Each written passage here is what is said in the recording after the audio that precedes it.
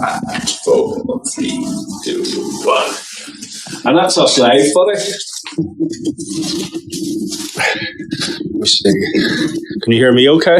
Yes, I can hear you, Graham. Very good. Okay, so me and Ian have just came to the workshop. We were out for our first pint.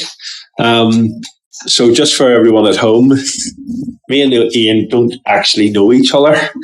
We know each other briefly through Facebook and stuff, but I reached out to Ian a couple of years ago now, wasn't it, to do a bit of work? That was a brief while ago. It's a brief while ago now. It was for Christmas. I wanted a bit of a mural on an outside wall. And I thought, getting in touch with him on the 1st of December. And I said, no, too, that's like. would have given me plenty of time, thought I was doing him a favour. And he was like, look, buddy, I'll put you in for next Christmas, maybe. Because, he's just super busy. But me, like everyone else, was just an admirer of his work on Facebook.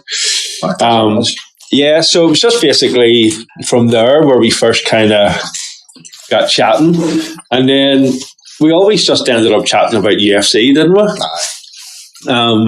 And then time goes on, and then you just start liking each other's, work. And then I got you to do the wee quote in here, didn't I? Yeah. Then again, I think all we did was fucking talk about UFC, and then time goes on, and it's like, the podcast idea kind of come up, and then I was like, right, okay, who can I get on with? And then I was like, what was the big fight on a couple of weeks ago? Were you talking about the one last week? Not that one, because never I asked you to do the one. Was it the one before I asked you to come on to the podcast and you had your friends round? What was it? Was it Izzy? And the kickboxer guy? Adesanya? Was that one, maybe? No. It was. That wasn't. No. Yeah, because it was too long ago. Or was it? Was it? What do you call him? Jones? Was it Jones I asked you to come on? But you were already watching it? Yeah. Yes, it was.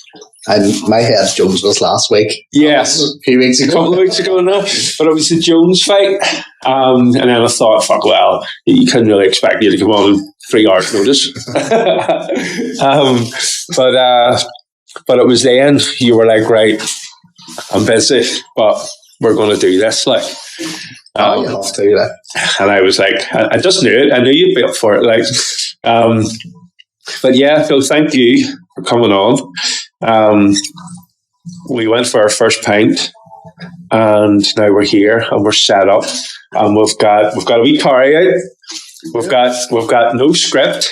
We're freezing our ballocks off because the workshop. I'm here working, and see there that side. The sun gets it all day.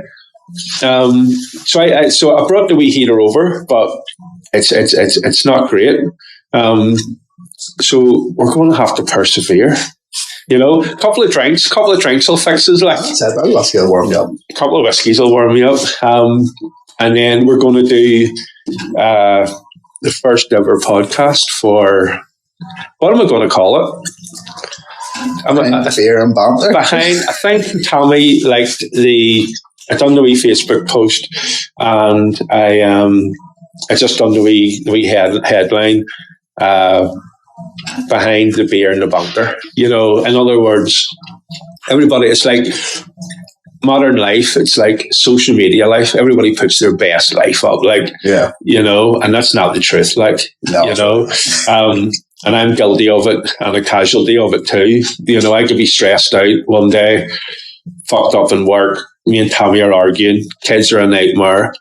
But I still have to kind of put this entertaining post out. And I'm sitting there fucking in turmoil over something. And I'm like, I have to put the funny post out because that's what creates kind of engagement, which I kind of convert into sales for work. Yeah, no, absolutely. But I ain't feeling it. Like, but it's just, I'm hoping that the podcast can kind of be like an instruction manual for, like me and you, self-employed people, we don't have all the answers. We don't know how to market, sales, advertising, but, we're very good at what we do.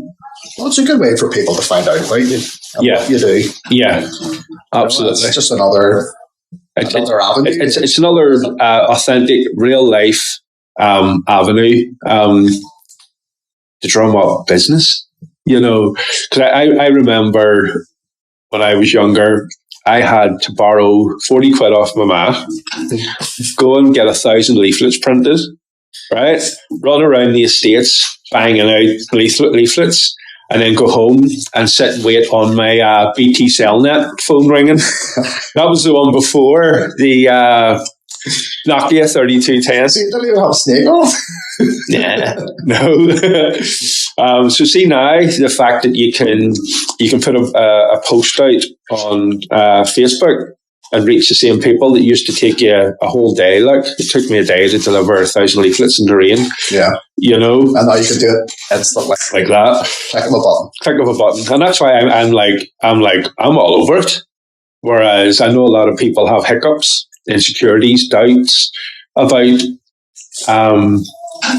asking for work on these social media platforms. Yeah. And that's what I'm hoping that this podcast can kind of be, is to let people know that are in business, that are trying to get out of the rat race, leave the job they don't like, to pursue, like a natural God-given talent. I could paint for the rest of my life. I'd still not be as good as you. Do you know what I mean? See, I always tell people, it's not, that's something I hear, I don't take praise well. Yeah. So when people say, oh, you're so talented, it's not talent, it's patience. I know, but... See where most people give up and go, I'll get the same way. Yeah. That's right, just go, keep her lit. Keep her lit. But there has to be like a passion for it, to not quit in those times of difficulty. And that's what you have that other people don't in your trade. It was like a hobby. Of course. Before I basically turned it into, I suppose, a career, you could say. Oh, absolutely. And I just sort of fell into it, so it kind of worked out all right. Yeah, so there wasn't a point where you were working like in a job and you thought, I want to make a go of this? Or did you do it like the other way, where you weren't working and you had a talent and you were like, I was always working, and I just kind of started drawing sketches and stuff, and I put a couple of pictures on Facebook, and people started saying, oh, that's good, do you mind, could you draw my family portrait, or could you paint with dogs, all those dogs. People love their dogs more than they love their kids. Oh, I know. Because I've painted or drew, that's unreal. Serious? But were you not good in school? Primary school, yes, I was all under the art. And did you know you were good then? Like, when did you know you were good? If you know what I mean, no, because sometimes like you're scrolling through Facebook and there's them funny memes where it's like, it's like, Jesus Christ, I can do better. Like, is it meme or meme? I call it memes. Memes? Because it's spelled M-E-M-E, is it? No? I thought it was meme. Memes is better. I call it memes. And you're like, it is funny. It's like, my wee Tracy, age 7, drew this. And it's like, it's bad. Like, so like wee Tracy must know herself is bad. Like, but you must know that it's good. You do something and you're proud of it. You go, that's good. In primary school, I would have been quite a good drawer. I got in P7 to do like an award ceremony. Yes. I got like the art trophy. Very good. For being the best artist. Yeah.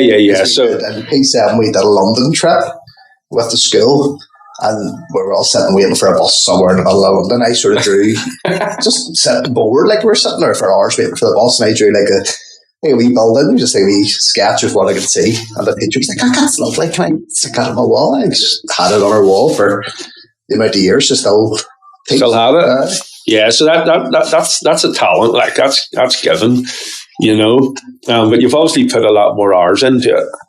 Because I've seen some of your mural work, but your canvas work.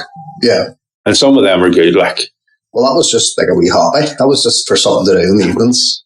And it was just like, it's always like, see, I always want to keep learning and keep trying new techniques get and better. new sort of, things. That sort of thing. Just for some reason, I kind of focused on portraits. Yeah. Because to me, that's what I would be interested in. See, I love like movies and stuff, so I love like doing like the Joker movies and the Joker one was really good. Where you like out the car window or something like that. Yeah, it was cracker. I've done like a Bruce Lee one and like a. Have you not done a Terminator one? Yeah, you like to, actually two. You've done two. Yeah. Because I was going through your Facebook bio.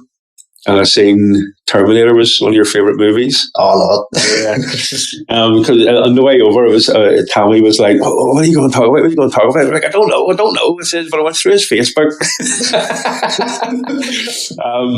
And then it was like we would remember Terminator when there was nothing before it. It was just Terminator. Like kids nowadays have all like the franchise, all the different Terminators. See, that's a problem. My kids don't appreciate films. I don't appreciate classic. Like I remember old something. I remember, God, my dad used to work and he used to come home with pirate videotapes. That's how long ago. I know. I remember he came home one night with Predator.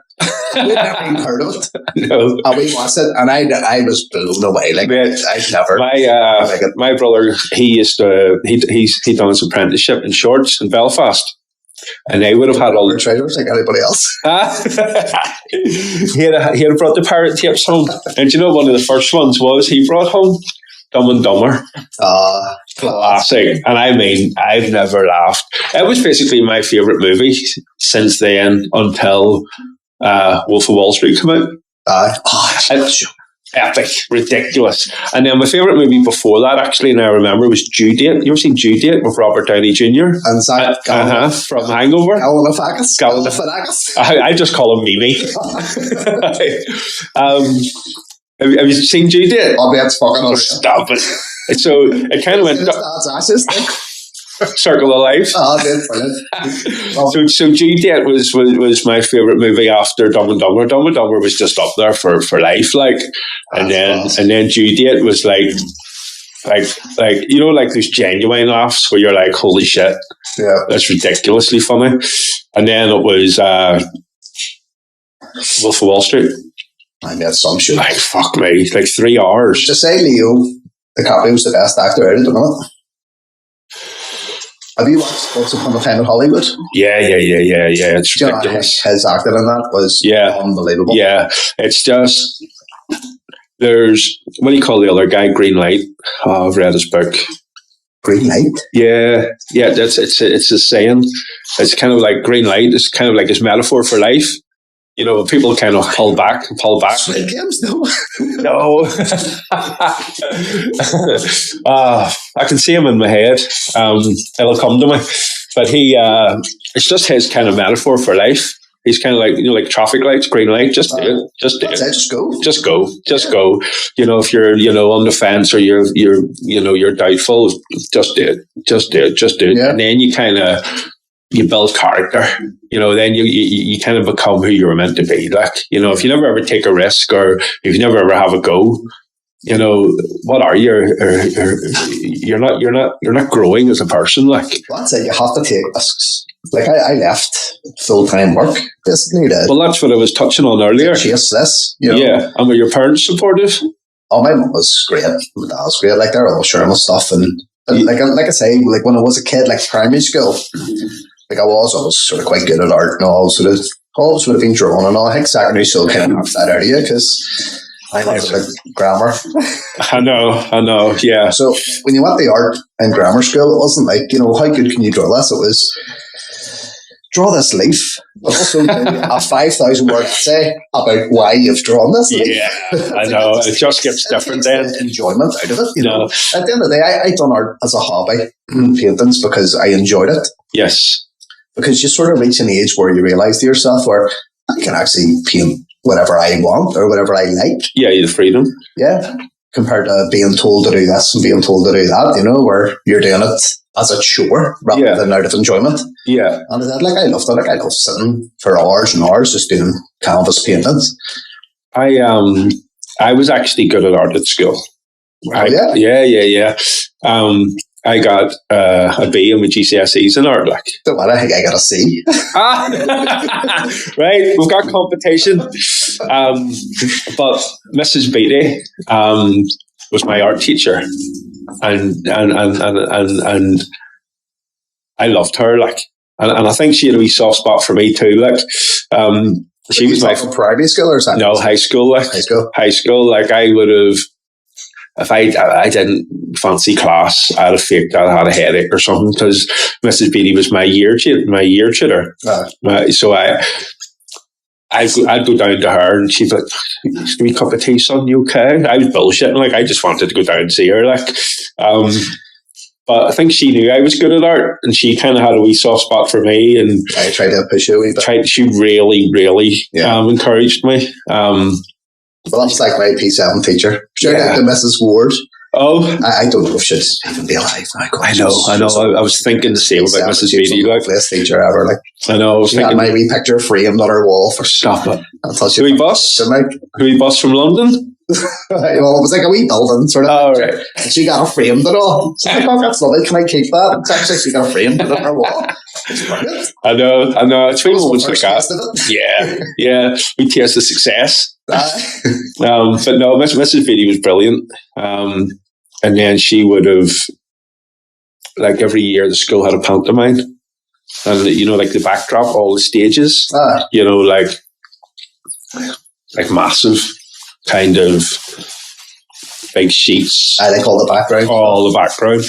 Well, I was called out of class one day, and it was her and the other head of art asked me would I do them for the pantomime that year. Okay. And I was like, that's never ever been given any kind of like accolade or responsibility and that magnitude, ever since, like. But I always remember it. And then once it was done, she got my dad up to, like, this is what your son done, like, for our school. It was a big thing, like. Yeah. And then I went for my, what do you call it, where you kind of work experience. So for work experience, she reached out to a big company. She knew the people for me to go there and do my work experience, I can't remember because I didn't end up going because I would have, I think my dad ended up having a heart attack or something, and I couldn't get to it. Had no lift, had no transport, kind of thing. But she was pushing me in that direction. Like, lovely woman, like. But it's kind of lost on you when you're a kid, like. No, so it's only when you're an adult. See, that's it. You don't appreciate it. You don't appreciate it at all. Like, what's going on? Like, you get opportunities and stuff when you're a kid, and you don't capitalise on it. Don't capitalise on it. You just don't see it until you're older. That's it. Youth is wasted on the young. Oh, stop it! I love that. That's right. Yeah. It really is, but yeah. Youth wasted on the young, buddy. That's 100%. No, I love that saying. Like, but here we are. When did you realise you could make money from it? Like, because do you know what my problem was being good at art at school when I was younger? Where do you go with it? See, that was always my problem because I sort of quite enjoyed art when I was a kid. Yeah. How do you make a career of it? Like, when you're older, it's like, I'd love to be an artist, but realistically, like, it's... Where do you make money from that angle? Like, yeah. It's just one of those things where it's like, it's like a pipe dream. So that's it's a hobby. Is like a 13-year-old would think about. Yeah. That's how I seen it. But that's why I didn't stick to it. And I just obviously went and sort of done the next 20 years of life. Yeah. Just working normal jobs. Yeah. What had happened was, because I started sort of drawing and stuff out of pure boredom, my brother-in-law bought a house and he had a spare room, and he said, look, I'm going to make it into a wee gym. Do you fancy something on the wall? I said, God, I'd love to do that. So I ended up painting like all the Marvel superheroes. Yeah. And I sort of was like, that actually turned out all right. So I put a couple of photos up, and just from that, people started asking me, saying, here, you fancy doing my kids' room? All that sort of Marvel stuff. And that's how it started? Yeah. At the time, I worked in the call centre. Yeah. Eminem. Yeah, I worked there too. Teleperformance. It was Eminem Group when I worked on it. It became a telly performance after Eminem group, didn't it? I wish that on my worst enemy. It was soul destroying. Like we used to, me and one of my best mates, Ollie McFay. Do you know him? No. He, me and him would have worked there part time. So it was back in the day. What campaign was it? Fucking Capital One, Barclays. What's that like? Selling credit cards. Oh, credit cards. So we went down from say 4 to 9. Fucking smashed out so many sales. It's like protection on your credit card, fucking stuff. And then on a Monday night, we went to half price wine night. Down in thingies, down in the boom boom rooms, down cafe, right? Bottle of wine for $5 and a pint glass. Bush. Oh, wow. And then Wednesday night was students' night in cafe. And then hangover Thursday, and then fucking flat out Friday, Saturday, Sunday as usual. And then straight into telly performance. Bang, it was Eminem group back then. Fucking all my sales were pulled. It was like, if you take I was just telling them whoever I had to. It was soul destroyed. It was constant. It was like this here. Yeah. You couldn't turn them off. It just came at you. That's like quite a because you're outside. So you call them people? Mm-hmm. Cold calling. See the one, and they just came automatic. The one I was doing was student loans. Oh, very good. Student loan, no, not very good. Student loans from England. So you basically had 15-year-old English people phoning you, going, "Where the fuck's my money, mate?" Oh no! Like, it's always something that they haven't done right. So it's obviously like a form. Yeah, it's a human error. You get blamed. Yeah, but it's their error. It's their fault. Yeah. But they don't want to hear that. No, of course not. The abuse I took. Oh, serious? Unbelievable. People are. And did you have access to where it potentially would have went wrong? Always. But they don't want to hear it. Oh. It's always like, you need to send in this, you need to send in your birth certificate or something. And it's like, well, I don't have one. I blah, blah, blah, whole big sad story. And they're like, oh, I'm sorry, I can't do it. And then they ended up getting called every hot word. No, we had like a team meeting every day before we started. And me and Ollie would have been out on the lash, sitting there with a hangover, like just getting told that all your sales from yesterday are pulled because you didn't say this, you didn't ask that 3 times, or you didn't read the terms and conditions at the end out correctly. So what I think killed me the most working at the call centre. See the fact that at the time I was in my mid-30s and your team leader being a wee tiny and you're getting told by someone who's 15 years younger than you. Just out of McDonald's, just after serving his time at McDonald's, and he's out fucking, I know. They do a thing where, every once in a while someone's call would be recorded. Yes, that's usually mine, right? Being pulled. I got called one day. My calls me over and he goes, yeah, I've just got a call that you've done. Want to listen through it? Hey, blah, blah, blah. We'll listen to the whole call, maybe 5 minutes. Yeah. Your woman was a bastard. So I was sitting, not arguing, you were just trying to solve this. Yeah. Whatever. At the end of the call, it's like, Bob, fuck off. And he says, you shouldn't have said that on the call. Oh, did you just get frustrated with her? Just, you know what? Do one. Well, see the abuse you're going to get. I'm like, you're just a worker, Yeah. It was soul destroying though. Okay. You had no control over the calls. They just come at you. Yeah, that's not good. Not good. But yeah, me and Ollie actually, we went. We just decided one day we're going to go down to the Ulster Bank and we're going to ask for a loan, right? Because it was soul destroying, we were like, fuck this. So we went down to and the woman gave us a loan. She gave us a couple of grand each, right? What was it even for? Just so we didn't well, we didn't tell her parents. We didn't tell her mum and dad, but we come up with this plan that what we were going to do was we're going to go down to the bank, get a couple of loans. We're going to fuck off to Corfu for a couple of weeks, so we done that. We got the loans. Don't know how, but we did. Straight up to Castle Court in Belfast. Booked 2 weeks in, how do you pronounce it? Is it Kavos in Greece? Kavos. in Greece, and then we had to work for a week. And within that week of working, still hadn't told our parents that we were going. Like, so it was, yeah, good times. Yeah, I haven't thought about that in a long time. Like, maybe a good thing. Here you have the pause that. Yeah. Back in the game. We're back. So, where were we? Yes, my holiday in Corfu, which we'll not talk about yet. Your first lad's holiday? First lad's holiday? Yeah. You know what? I met my wife when I was 18. Yes. And she was only 17, so we were together from that young, so I never really had lads' holidays. Yes. I did go on a stag. Prague. That'll do me. You ever been to Prague? I've been to Prague, but I've had a stag do in Poland. I'd love to go to Poland. Beautiful. Krakow, was it? Krakow, yeah. I mean, there was loads of obviously just crazy stag shit, but we were drinking for days, right? And it was time for me to go home. Or no, actually, tell the truth.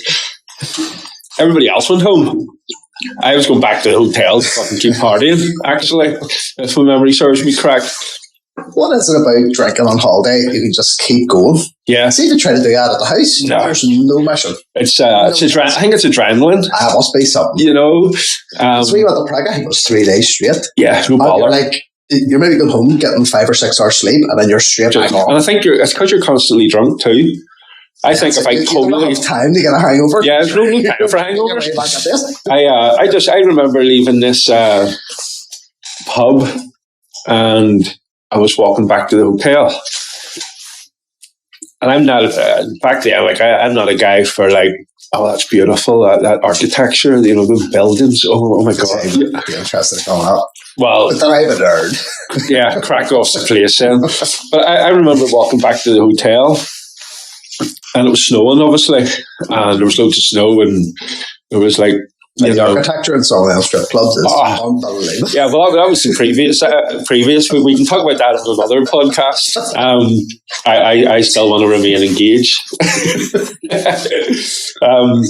But I was walking home to the hotel, right, and there was like this real beautiful kind of picketed fence here. There was all the snow laying beautifully. It was snowing. And at the bottom of the pathway I was on, like a tram just passed. Yeah. Right? And I was like, I must be the guy in the postcard then. Do you know them beautiful postcards that just have the scenery and the setting? And I was fucking blitzed. I was blitzed for 3 days.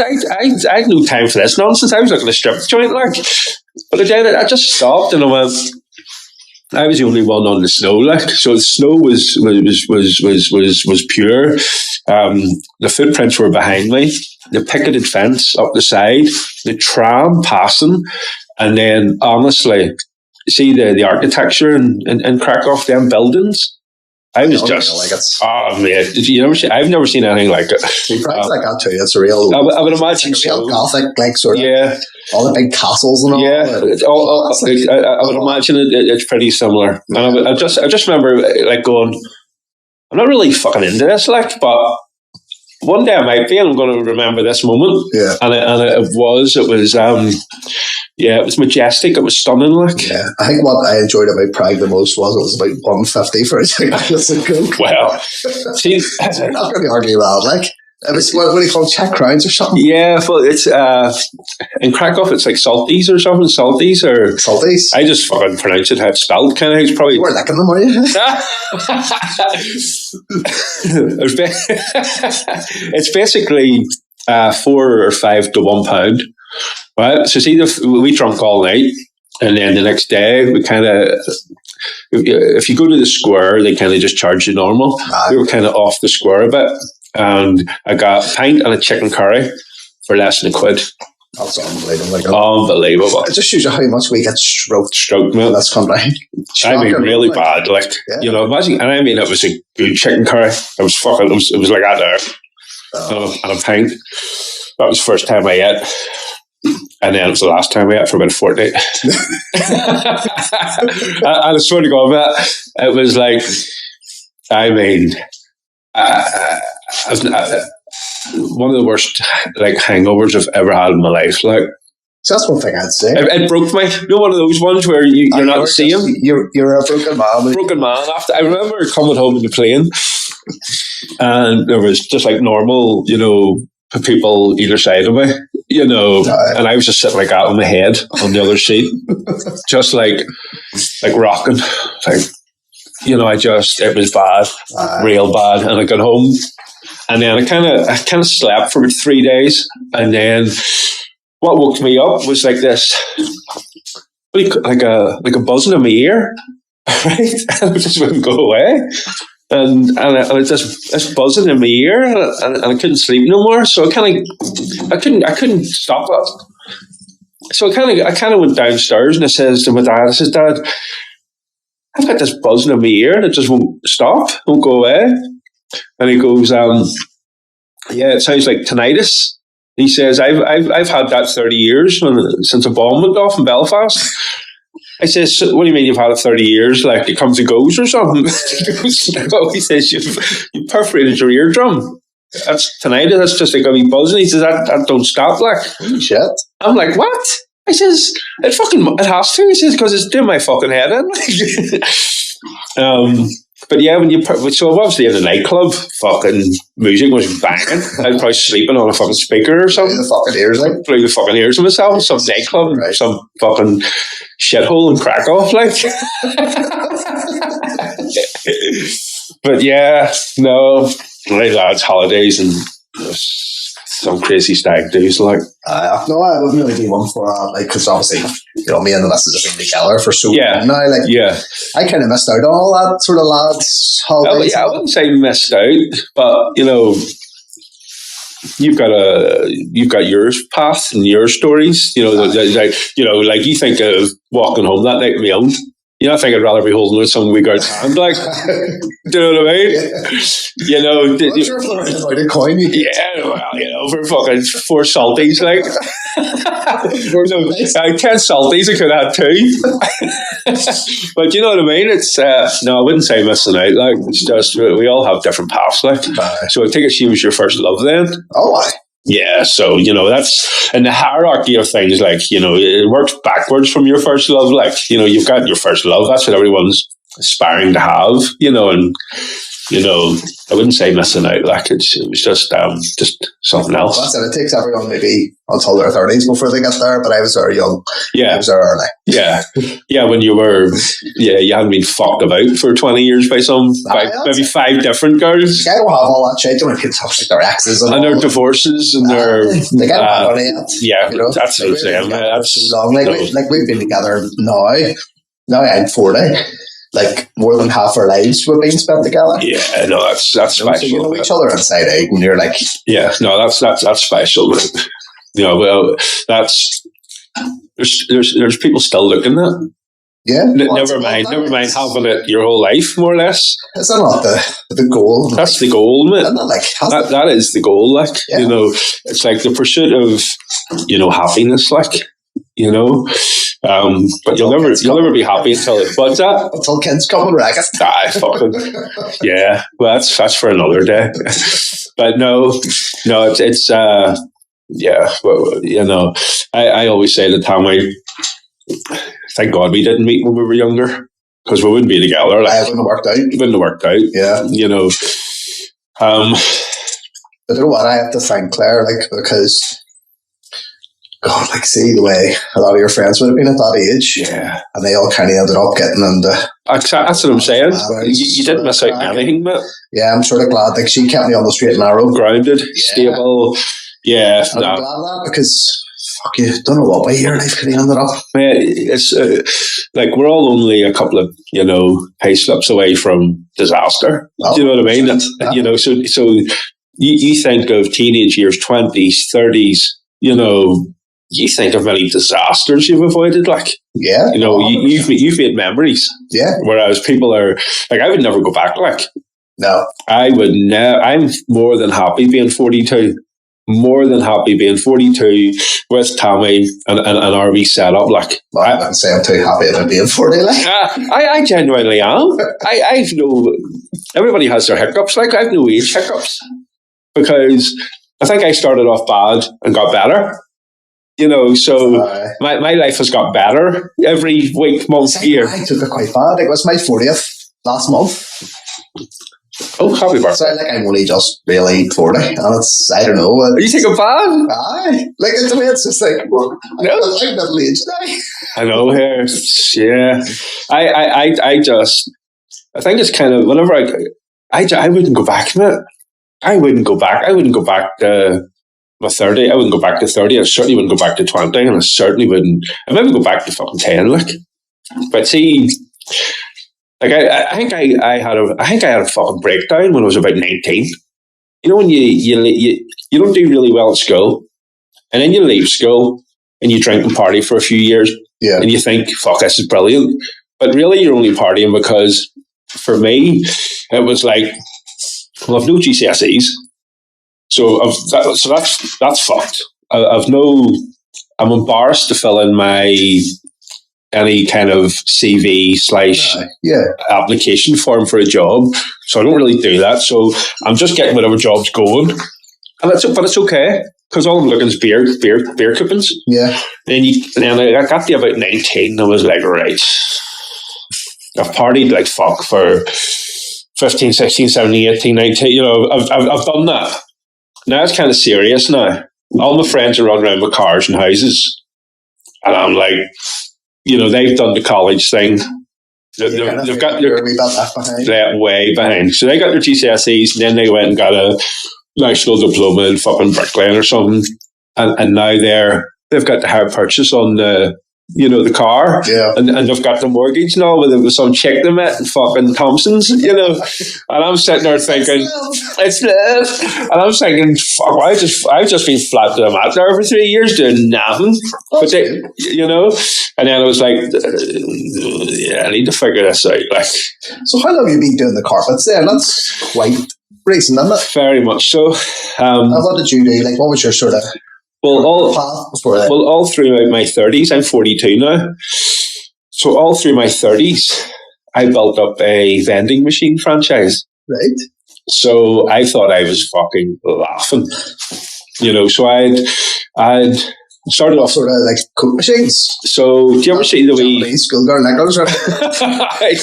Well, I sold condoms and there's good money in condoms in public toilets, like, and hair dryers and gyms. You know the 20p ones to blow dry your hair. So at a couple of AM, I used to sell condoms and I used to sell women's things, and like Johnny Watts. Ah, yes. Well, the women's and the guys' toilets, we used to be able to buy deodorant or you know, so that type of thing. But I started off with, you know, the ones you put £1 into and you manually rotate them and you get a wee ton of sweets. Yeah. So I started off with 10 of them, and then it's a franchise, and then I just kind of built it right up all through my 30s. And then the government decided to change the £1 coin, didn't they? So that was a kick in the bollocks. That's a whole equipment replacement. Yeah. So it was a lot of machines needing a lot of coin max replaced, and it was okay. Got over it. But then a couple of years later, COVID, and then COVID just fucking finished it off. Like, so it was from COVID you built your business now? Yeah. Oh, really? Yeah. Yeah, that's brilliant. Yeah. Well, it was kind of like right, okay, all these vending machines are coming back. Yeah. I'm fucked because I've A, nowhere to put them, and B, I used to pay a call centre, you see, the call centre, not the Eminem group, like. They used to get me my leads, my sales, and I'd turn up with a vending machine and everything was sorted, but they cost money. But that's okay because the money's coming in. So it was a good wee system, and so I just reinvested. Anytime I got a few quid, I bought another vending machine, got a few quid, paid the call centre, got a few quid, more stock, just rode that wave. Because I thought, well, I'm only fucking 30 odd, and you know, half mid-30, and I'm in my late 30s, and I'm like, that's me fucking sorted, like, I'm sorted now. Yeah. See, I think COVID was a good opportunity for a lot of people. Like, see the amount of people now that are working from home, and they're like, "This is brilliant." Yeah. It was the pros and cons. Like, all you hear is the negative stuff about COVID. See, to be honest, see that lockdown? Yeah, that was the best thing could ever happen. I don't care what anyone says. That was like a good year of family time. Yeah. When I got back, yeah, that was to spend every day with your kids and your family. It was brilliant. Yeah, there was definitely paid for sitting in the house playing PlayStation. I know. I was sitting. How can you argue with that? I know, but I was sitting in the house, and some restaurant was phoning up saying, "Can you come pick your vending machine up?" And I'm like, "No." Where are we going to put? Where are we going to put it if the other 10 to come back this week? Where are we going to? There some people couldn't stop. Like, so it got quite hairy for a while, and then I've always said, like, the worst thing than having a few quid. The worst thing in not having a few quid is having a few quid and go back to not having a few quid. So I was like, fuck me, right? So it's game over. It's game over. All the vending machines are coming back. I don't know where they're going. I'm certainly not going to invest my 40s putting the money back into paying call centres to get me, new sites. I said, so it's fucking game over. So I had, and this is in the middle of, middle of a pandemic, and loads of other shit going on too. So I just kind of had, right, what am I doing? So I was basically, I'd always kind of, like everyone else, I suppose, watch them fucking carpet cleaning videos on YouTube, like, and they're quite satisfying. Yeah, it is good to watch them. So it was actually, I used to watch them like everybody else, and one day, I started selling the vending machines off on eBay because there's nowhere else to put them. I decided within myself, it's game over. It's game over, and then I was watching these videos on YouTube about this guy that cleaned carpets.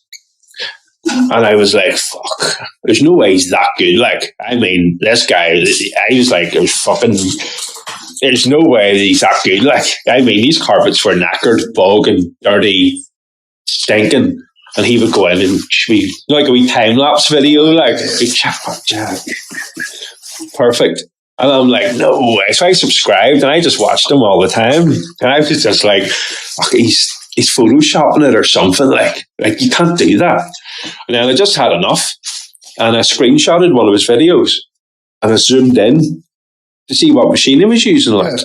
And it was actually that machine there. That one there.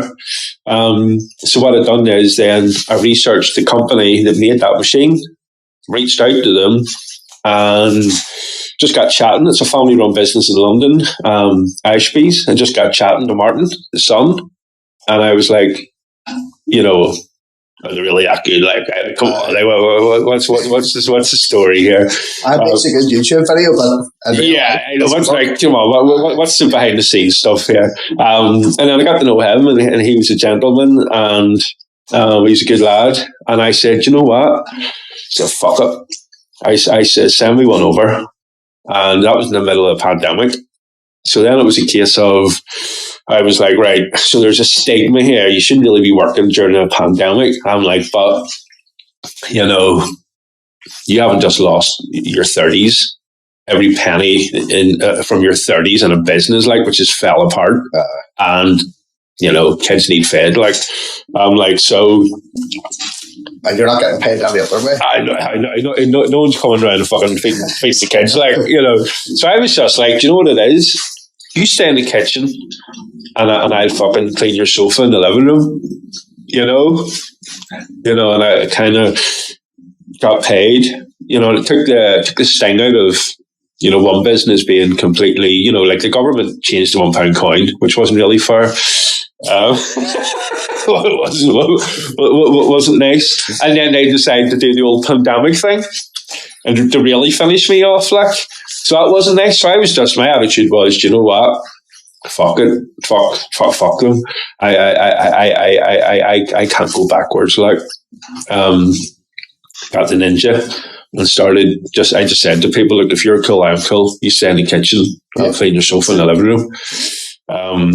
and save the day, like as such. It's just the right thing happened at the right time. Yeah, well, I'm like you. I'm proactive, and you always listen to podcasts. Mm-hmm. I'm always looking for opportunities. I'm always my greatest strength is I know my fucking greatest weaknesses, and I'm happy enough to look at them and sneak off and listen to an Audible book on it, like because. Well, see, at least you have the attitude of, if you're aware of a weakness, you'll try and do something. I'll try and fix it, like as such, best I can. See, I think that's the mindset you need to have. Like, you have to, because there's no point. There's no point bullshitting yourself. Like, you can fool others. Well, that's what I said. Can't fool yourself. Like, I'm pretty much a half decent artist, but I'm a shite businessman. Well, all of us are. And the thing is, like, that's still a struggle. The business side of things are a struggle. Yeah. Like, the work itself's grand. Yeah. See, like, pricing and it's just all the wee things like that. I hate admin. Aye. So you've got the fucking. You can be a talented artist, but you don't like advertising, marketing, and sales, and then that's okay. And then you've got the admin. You've got the fucking the invoices and then it's like all the tax. I feel like vomiting. Like all the taxi stuff, the tax man and all that, and it's like, and then it's like all. I just want to fucking clean carpet and clean carpet. I just want to work. I just want to work. Let me work. Just go home. I just want to work. I don't want to come home and deal with paperwork, admin. Like I don't even. There's things I know that I should be doing that'll propel my business further, but emotionally, I'm just so against it. Like it's just there's like there's a thing. So basically, I'd have like say 50 new customers a month, like, but I should be saving them on a database, like a customer relations management system. I should be saving them. So at the end of each year, I've got, let's say, 600 new customers to reach out to every year. Mm-hmm. Like that little admin practice, I should be doing. But that's because you'll always get return work. Yeah. A year or 6 months down the line, you'll be back to. Or God forbid, I'm sitting here fucking like can't get a day's work. I should have a customer relations management software with all their details, pumping out 50% off the loyal customers once a month, and then bang, you're drumming up, a hell of a lot more work. But it's just admin. As I say, I'm like you, I'm arty, and I get satisfaction from cleaning. I don't want to know about admin, sales, fucking facts and figures, numbers. Facts and figures. I don't want to know that. Just let me be, And then it's being self-employed. You have to wear all the hats, like it is. That's a bit of a minefield. It is. We were talking about earlier. It's hard to price yourself right. It's hard to. Those are the main things, because you just want to go out and just do what you do. Yeah. And just be happy doing that, because at the end of the day, like for the likes of myself, like for me, it is a passion. Yeah. Like sound like an absolute. Man, your words, not mine. Your word. But no, to be honest, I love my work. Yeah. I've never been able to say that. Like, I've been working since I was 16. Yeah. I've always kind of, your job's your job, and it's a chore, and it drags you down. The rat race hamster wheel. You just feel like you're a cog in a big machine. Yeah. It's being able to do something you actually love. Yeah. It's a blessing, like. Like, I love being in a rush to go home when I'm working, I know. Time, maybe there's another hour. Yeah, time stops still when you're enjoying it. Like. Yeah, that's it. Like, you're not thinking, there's 5 o'clock. That's me. Shitting off a 1:45. No, it's really flat. Like, at the end of the day, if you love what you do. Yeah, you'll never work a day in your life. Exactly. Yeah. But that's not true, because I learned what Alex said. And then you have to go home and do the admin. I mean, yes, that's true in a sense, where, yes, you'll never work a day in your life. like I love my work so much, but I do work very hard at it. Yeah. I mean, it's not an easy job. Yeah, I mean, No, it's like, but what about the wear and tear on the shoulders? Like, you would be doing a lot of the same movements. What's it like? You spend your day like that. Yeah. So sometimes when I get into your arms, you're like, if the painting doesn't work out, you could probably be a world class arm wrestler. Like, that's it. You know, all that conditioning. You know, but right. Are we going to drink this beer? The strongest beer in the world. The world's strongest beer. Sure. Are we going to have a smash at it? We're going to have a crack at this. As I said, India, get it, India. Let me see. It's over there. I think I'm only having a wee shot of this. We shot each down the hatch. Got the shot on video. Yep. Snake.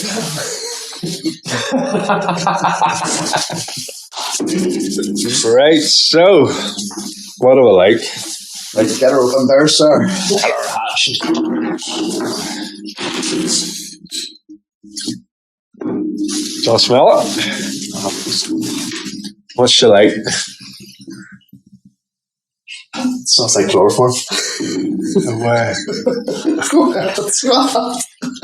Bum to the wall. I can guarantee you that tastes the same as your carpet cleaner.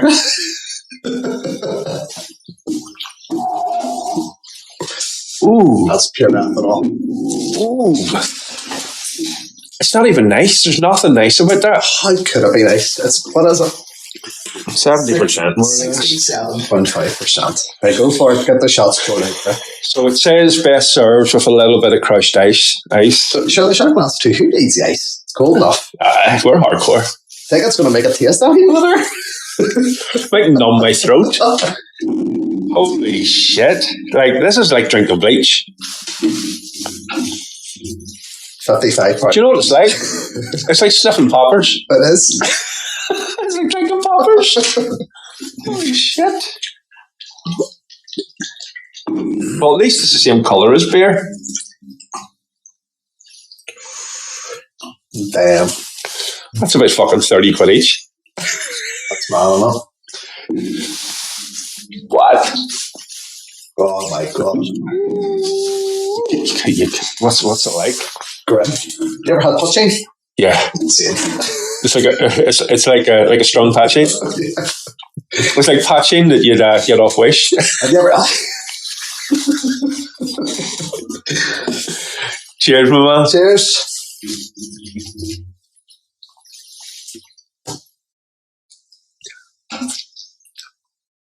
You only meant that was simp. Oh well, sure. Where's the shot glass there? You couldn't shoot that. I would strip the enamel off your teeth. Yeah,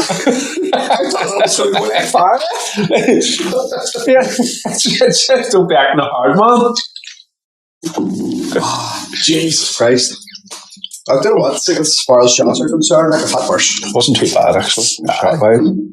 It's like tequila. I don't understand where the beer comes out. It's not beer. That's just pure spirit. It's the same colour as beer, just bottoms up.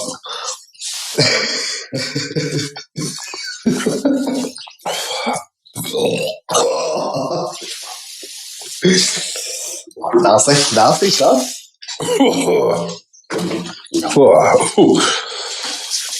So what though? Not the worst shot I've ever had. No. Well, turn my stomach instantly. Say if I'm stone cold sober, and if I go in and have a shot of Aftershock, I'll be sick straight away. I'm waiting on it coming now. Drink it in. Water it down.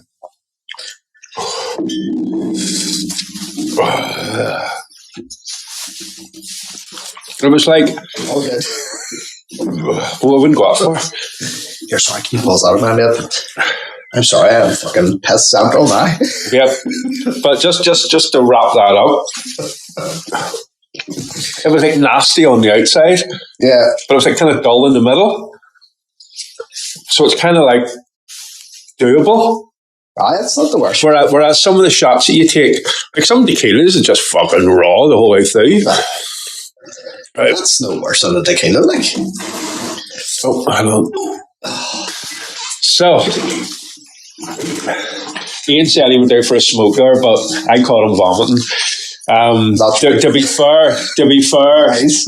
I could probably do another one or two, but I don't want to put Ian to shame. Like, Go ahead there. no, honestly, Ian, I wouldn't do it. To you. I mean, I wouldn't do it. I felt we've bonded quite well tonight, and I wouldn't do it to you, mate. I wouldn't do it to you.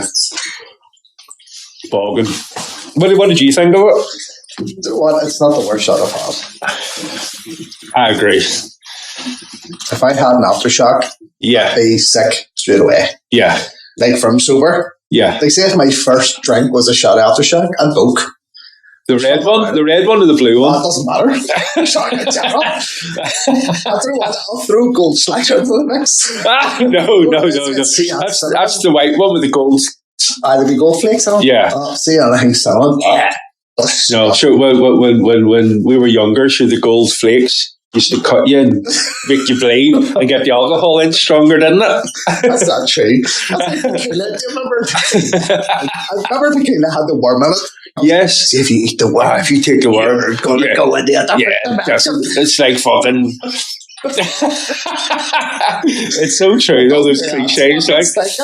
No, I never get round to the worm, like. But so, out of 10, how bad or how palatable was it? Like, Honestly, not too bad. it was. It smelled worse than it tasted, didn't it? Yeah, it's not like a. See if you have see what sickens me too, sambuca. See the taste of sambuca lingers on your mouth for about an hour after you've had it. Cinnamon. What do you call it? It's like a cinnamony, sambuca cinnamon or something. But there was no flavour to that. No, It was just fucking. it was just pure burn. It was pure burn. I was like, can you have a wee shot of fire, please? No, Can I taste lava? there was definitely there was no flavour there. There was certainly no beer taste. Nah. It was the same colours. Why is that even a beer? I don't know how. It must be like it had someone dropped a bit of fucking barley into the water and they can call it beer. There was nothing of beer in that at all. It was the same colour as beer, and that's it. Yep. I didn't taste any beer. There we go. We've drunk the strongest beer in the world, and we're all right. Well, we're all right. I can feel my head a wee bit like that. But smell-wise, it was like fucking. It was like bleach. It smelled like bleach. I was a little bit worried. It smells like something I clean the toilet with. Yeah, and genuinely, we're using shot glasses because it said to use a 35ml glass. Yeah. I wasn't. Yeah, but I wasn't going to drink the fucking. I wasn't going to drink the 35ml. I genuinely was going to sip it. So I was going to smell it, right? Like the shot, right? So I smelled it, and I was like, "That's not even fucking. That's not for human consumption. Like that's for stripping paint or something." So whenever I was only going to sip it and review it, and because there's no fucking way I'm shooting it like. And when I went up, I just seen your head go back. And you fucking buried it. I was like, you have to. No, you don't. It's fucking 70%. It says on it. Like, best enjoyed in small measures. Small measures. And it says, don't act the hard man. That's what it says. Not act the hard man at all. So, like a challenge. No, well, if someone says, drink this. Challenge achieved. So no, fair play for putting balls to the wall there. I think in about half an hour we're going to be on the dance floor with no tops on. Caps off. Doing the fucking doing row the boat in Betty's. That sounds good. And we will not be responsible for our actions after that. Exactly. And I have an scapegoat because I can now blame you. I'm a scapegoat. I'm a scapegoat. I'm like Tommy. He's fucking shooting 70% fucking proof alcohol. I'm like, what are we doing for first podcast? Sit here and be mugged off. So I had to meet the gentleman halfway. So you said a scapegoat. Well, I'm not being responsible for my actions tonight after shooting that. You're lying. Oh, Take it as it comes. so I just want to say, I don't think it's a good thing us being friends. I think we need to keep this professional. Yeah. No, I think we need to keep it responsible. The flying leading the blind. Yes, very much so. And I need to respect you I need to respect you as an artist from afar. I need to be a Facebook fan. I'll like and share your stuff, and then we will go in back to our normal lives after this. I think that's the best. I think that's the best for our partners. It's the best for the kids. It's the best for our professional careers, and we'll reflect back in this night and just wonder what could have been. See, I still have that way through what do you call it? Imposter syndrome. Don't I hate saying it? I hate saying it. Seeing people say, what do you do for a living? I hate saying it. But I hate saying I'm an artist because people automatically think it's a dick. It's like an accountant. It's like accountants have this kind of perception of being boring. Yeah. And then it's like, I don't know, I've never seen one. I got a GCSE in maths. Well done. Good for you. But yeah, no, I get that. Like, it's like I said to you, I don't take criticism. I can take praise you can. Compliments. I know. I know. Compliments. All of us do, but at the same time, why is that though? It's weird. Yeah. See if you're good at something and someone says, "Oh, you're really good at that." I know, but it's kind of like some people. I don't think people like people with big egos. So, it's kind of like it's like say thank you and appreciate the compliment, but see people that just kind of like it's like as I was saying to you earlier, when it comes to marketing, nobody gives a fuck about you. It's all about what you can do for them. Oh no! And if it's the same token, do you ever go out with someone and all they do is talk about themselves? Yeah, it's just like fuck, man. I think it falls into the same kind of area where you're getting a bit of praise and a compliment. That's okay a little bit, and say I would just say thank you and feel a little bit weird, but secretly I'd be like loving it. Yeah, but I think that's where you give the baton back, Yeah. And I'm comfortable with that, and I think you should be too, because if you can't take a compliment genuinely or a bit of praise genuinely, there's an injustice there in yourself as opposed to like the complete opposite where you're like just fucking give me praise, I love it. See there has to be a healthy balance. I have such a strong dislike of cocky people. Yeah, that's what I'm saying. See people like it borderlines over. It's fucking amazing. Yeah, but it's like fucking Tracy P6. It's shite. Tracy, it's fucking shite. Love. And stop listening to your ma. You know what I mean? But no, there has to be within yourself. You have to know that you're okay at this. And I believe it's motivating and it keeps your enthusiasm up too. Yeah. And a little pat in the back as opposed to a complete fucking, ego massage. Yeah. It's a pat in the back. And I'm half decent at what I do. You're very good. Because if you weren't, you wouldn't get fucking 800 fucking shares from a kid's bedroom mural. There's a lot of appreciation there. And if you want to develop and grow and enjoy your passion, part of it is taking that pat in the back. All it is a pat in the back. Everyone loves a pat in the back. What I enjoy is I love the fact that people take some pleasure in what I do. Oh, they do? And people enjoy it. And they're like, oh, that's lovely. Like, I see positive feedback. Yeah. It's the best thing ever. Like, when people are like, oh, that's great and all. Like, I love it. Yeah. See when people are specifically to you and they say, like, oh, God, I love what you do. Like, you're so talented. I've never asked you to stay for dinner. Like, I've never asked you to stay for dinner. Oh, fuck, I get dinners breakfast, lunches, everything. What's your biggest tip? My biggest tip? Yeah, everyone's just, 20, 30, 45. Oh, God. Have you ever had a tip and you're like, okay. I think the best tip I ever got was don't lick batteries. don't eat yellow snow. I know. Don't jump onto a bike with no seat. Alright, don't jump onto a fucking seatless BMX. We've all done that in the 80s, haven't we? But no, nowadays it's part of the development to be comfortable with taking a bit of praise, especially when it's due. There's plenty out there comfortable with it and they don't deserve a fucking pat in the back. Oh no, 100%.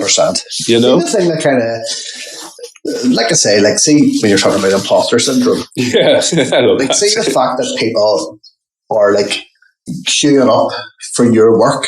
Yes. That makes me feel like it's unbelievable how good that feels. See the fact but embrace that. People mess you, I think your work's fantastic. But I'm so not used to that. Yeah. Get used to it. God, because it's an injustice on yourself. So much. But all I'm doing is fucking, I can't get out and just fucking paint and shit. I love it. I'm just going out doing something I love. Yeah. And people, sometimes people are like, that's brilliant. No. It's I love that so much. But do you imagine wee Tracy who's 6, who can't paint for fuck all, and her ma's telling her she's awesome, and it's not. And it doesn't matter how much fucking next 30 years wee Tracy puts in the hours, she's never ever going to be able to do the stuff you do. But see, that's not true. It's very true. To me, that's not true. It's very true. Wee Tracy's now pregnant, mate. Wee Tracy's fucking pregnant, and she's down to Rose and Chandler going out with fucking Big Marty. So trust me, buddy, it's a God-given talent, And it's what's the saying? Don't judge a fish by its ability to climb a tree. Yeah, that's right. At the end of the day, you can paint. Yeah, and that's just the way it is. Well, this is it. We can have a wee paint off some night, and we'll see. I couldn't paint for shit. I can clean carpet, all right. But no, I think a lot of people have admired your work on Facebook for a long time, and it's been an absolute pleasure meeting you. And I just love the fact that I think we're cut from the same cloth, for many different reasons. So on that note, I think we're going to call it a day, and we're going to go on a wee pub crawl. I thought that would make you smile. Sure, I wouldn't stop there. No? What about all the questions? Mate, they were just backups. If I was thinking to myself, what if this guy's a fucking bore? I'm going to need backup questions. I don't think we needed the backup questions. I thought our whole conversation from the brands burn to even before we got the mic on, and then when the mic started, I thought it was all flowing. Yeah. Do you want? Look, I'd keep her lit for a while. Keep her lit for a while. But you can edit it, no. no, but see what we need to do, Gareth. People's listening, that's right. You need to go into what you do, and I need to go into what I do. This is the whole point. Do you want a backup question? No, what I'm saying is we need to kind of go into our jobs a bit. Don't forget, mate, this is your first podcast. Yeah. So you need to kind of put it out there, who you are and what you do. People need to know that. Why they're getting into it. Okay. What was your background questions? There was about 8 there, but I didn't even think we needed them. No. Right, so you have 3 kids. Yes. So always my favourite. So what was the pregnancy scare? Or was it planned? It wasn't planned. So you're a young fella, you're with your first love. The first one, it was that sort of, we're just trying it, and if it happens, it happens, right? So that was grand. So the first one was grand. For the twins, what happened was, that's actually quite a story. I'm all ears. We got pregnant. Yes. And she had a miscarriage, which was really bad crack. But say about 2 months later, she got pregnant again. Yes. And we're like, oh, look what happened, blah, blah, blah, blah, shit. I was working and she phoned me. Go. I just realised how synchronised that beat and that clap was. I was like, I'm a professional. The pregnancy scar. I was working night shift and she had the same problems as she had when she had miscarriage. She's like, right, I'm going to the hospital and I'll let you know. I was like, fuck. So the whole night working, I was like, she phoned me. Me and my wee mate was working half out having a smoke. He says, so went to the doctors, had the same symptoms. And so the doctor said, both heartbeats sound great. I was like, both? What? Huh? Both heartbeats? He says, yes, we're pregnant with fucking twins. I was like, no, tell me how it really felt. Twins? Wow. But see, it was so negative, and then it turned into such a positive. Because, of course. See, she had a miscarriage, yeah, and like bad symptoms and all that sort of thing, and that same thing sort of happened. Roller coaster. And we're like, oh shit, it's bad news. But it turned out that was like a symptom of a twins pregnancy. So I was like, oh my god, this is fucking unbelievable. I think I just left work that night. You know what? I can't even work. Too much going on in my head. Twins, fucking unbelievable. But yeah, the scary side of that was short lived, and then it was like, twins. Wow, and boy and girl, 2 boys, 2 girls. Wow. And you know what? See, for the first 2 years, those wee fuckers did not sleep. Yeah, because it's double trouble at the end of the day, and that's what the fear is when you get the news. It's twins. It's hard enough. Yeah. Let's say, but it's double trouble then. Oh fuck me, hard going. Yeah, hard going. But see, as much hard work it was when they were wee, see now they are the fucking best. Of course they are. See, maybe once you get such a laugh out of them. Like, yeah. They're all still primary school. The twins are P5 now. Brilliant. And Jack's middle season first year. Yeah. But he's sort of like a couple of years, above them, and so he's like, he don't care no more. He's too cool. He's off thinking he fucking knows everything. And cool. His peer, cinema. Yeah. Who needs your dad? Nah. I know. Whereas you're still looking forward to Christmas with the twins. You're still looking forward to. I always say, like, a house isn't complete without a pet. Oh yeah, it's like yeah. What sort of dog we got? It's a long story, but Coco's a wee Cairn Terrier. A what? Cairn Terrier. Cairn Terrier. Yes. Right. Like a wee Scottish. A wee fucking. The wee white things. Yeah, like a wee black. Macbeth. Yeah, a wee HMO. Like a wee mini black version of that. Yes. Long story.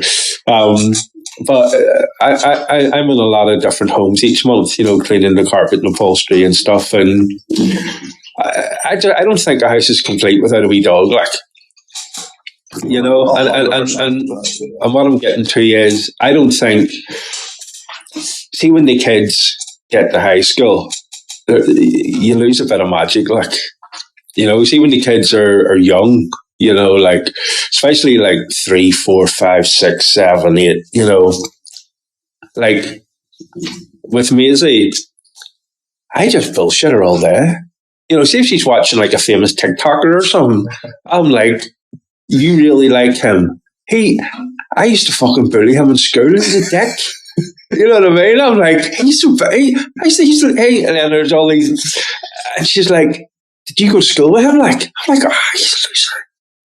I'm like, he grew up in the same street as me. That's the way you can have that banter and laugh, and she doesn't really know.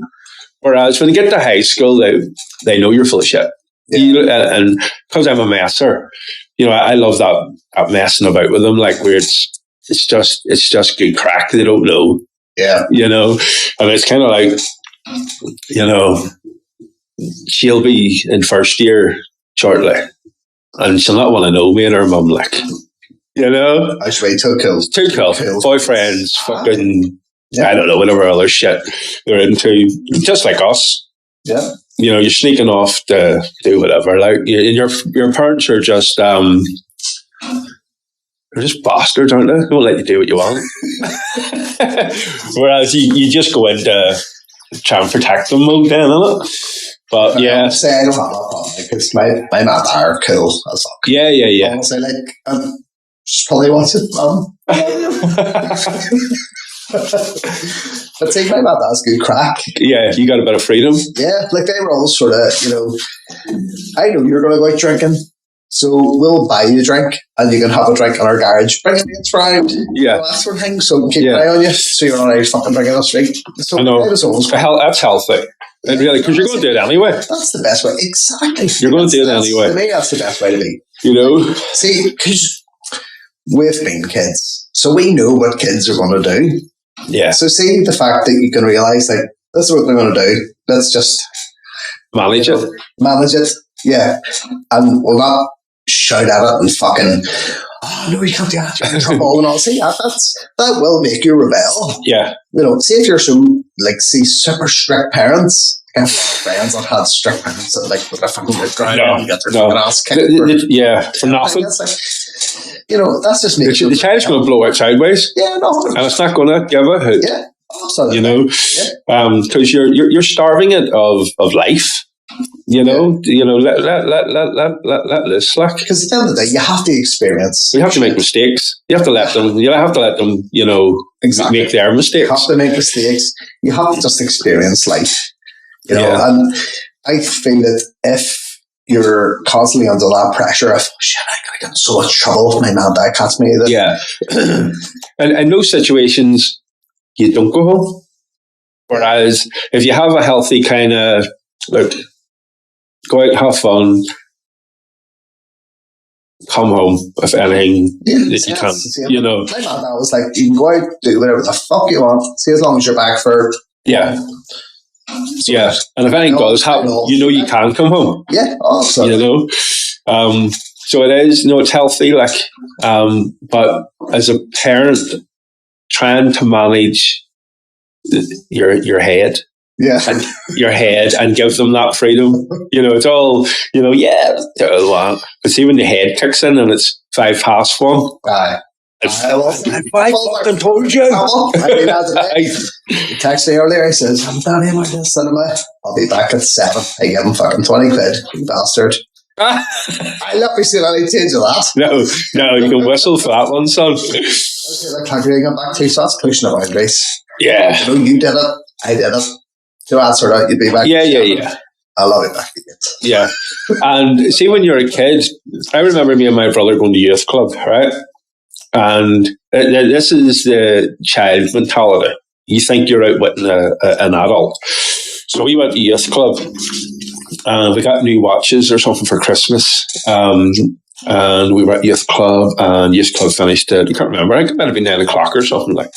But we all kind of hung around after youth club. There was a few girls about, just bantering.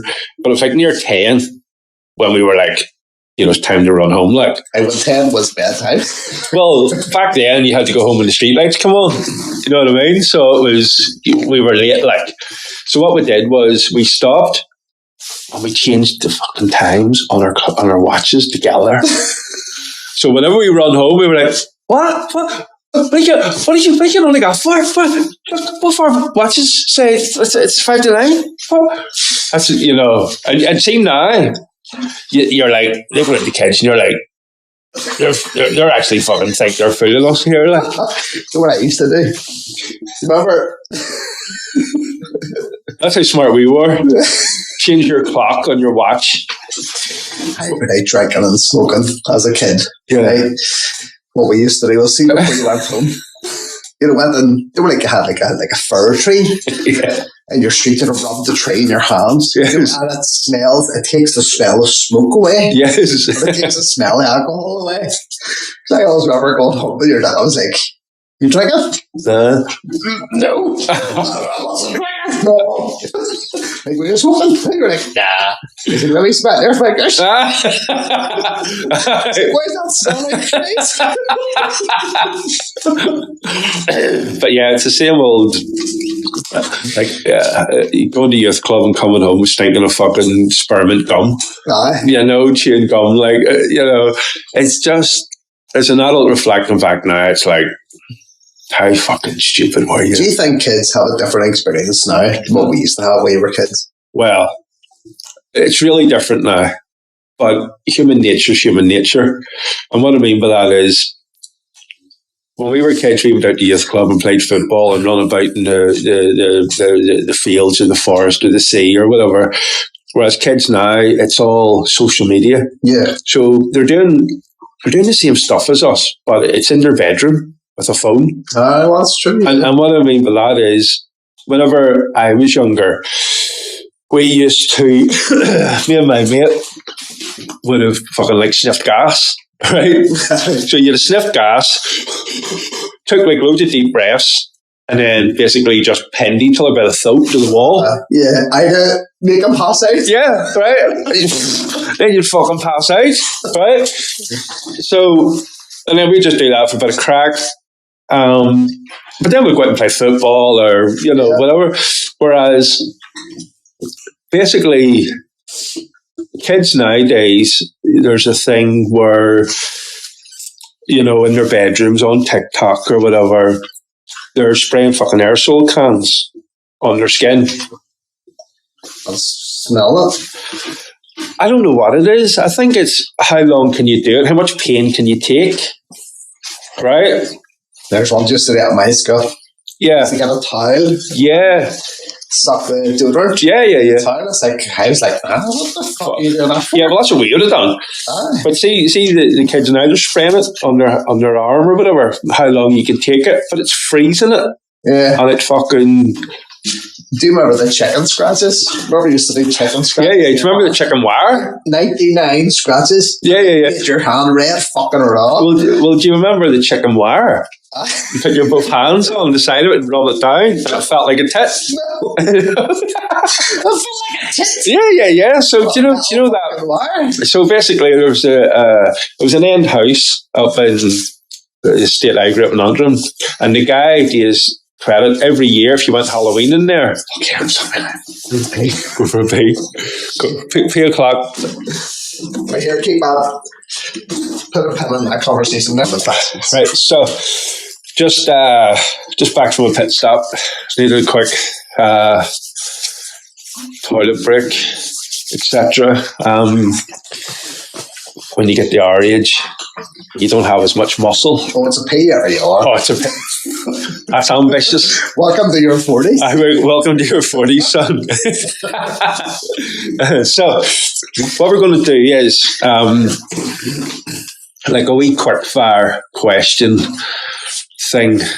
I've got a lot of questions here, but I'm going to whip through and try and find some entertaining, interesting, banter, arousing questions. So, what is your pet hate? My pet hate. Want me to tell you a good one? I know what it is. Oh, go ahead. See whatever this fucking trend is at the minute, where kids are running around wearing shorts. You ever seen them? You ever seen it? What? You're wearing shorts? Well, it's like kids. It can be teenagers, early 20s, young adults. And it's fucking like shit outside. I'm down there and about down to the shop in a pair of fucking Air Max and a pair of shorts. You see them all running about wearing shorts now in the fucking middle of winter? No. Fuck. Yeah, we must fucking grew up in different areas. My pet peeve is see people who stop dead before a speed bump and you're stuck behind them. That's in me. Traffic. That's me. And do you? Well, I've got all the equipment in the back. Don't say if you do. I'm one of the worst. I knew it, man.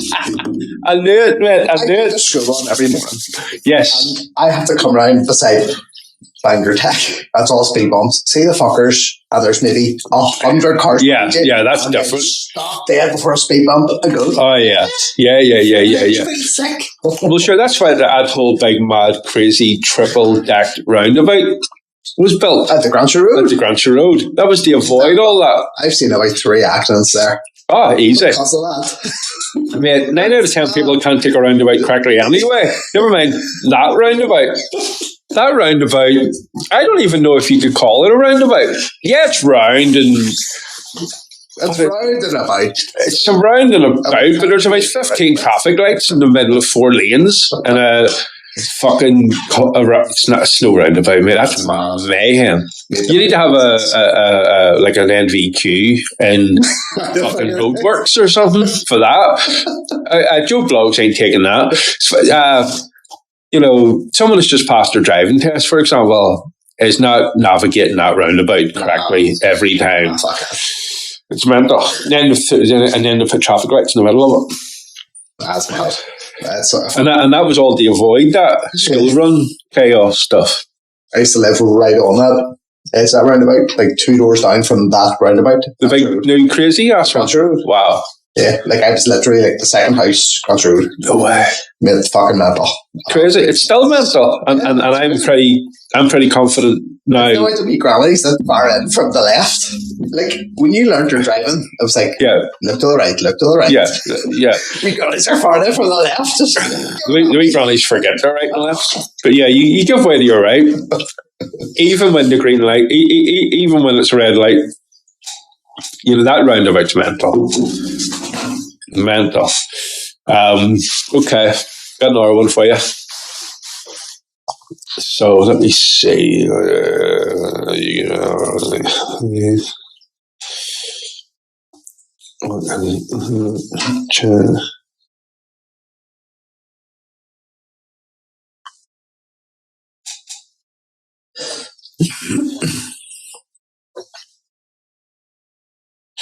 Yeah, what's your favorite job you've had?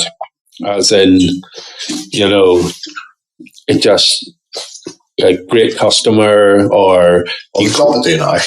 Yeah, but I mean, like, have you done any Terminator murals, for example? Like something like I actually have. Have you? My favorite painting of that. Yeah, your favorite job, as in, like, like a woman phoned you and says, "Look, I have £1,000 here. I just need a Terminator mural done. It's a wee small box room." You're just like, I've actually done a Terminator. Yeah, bursting through the wall. I'd say my favorite job I've done is probably. See, I'm a nerd gamer. Like, I'm big into my games. Yes, I'm an Assassin's Creed fan. Very good. And I've done Assassin's Creed. The Viking. What do you call Assassin's Creed Valhalla? Yes, I. No, I'm not. No, last time I gamed was probably Mario Kart. Way back,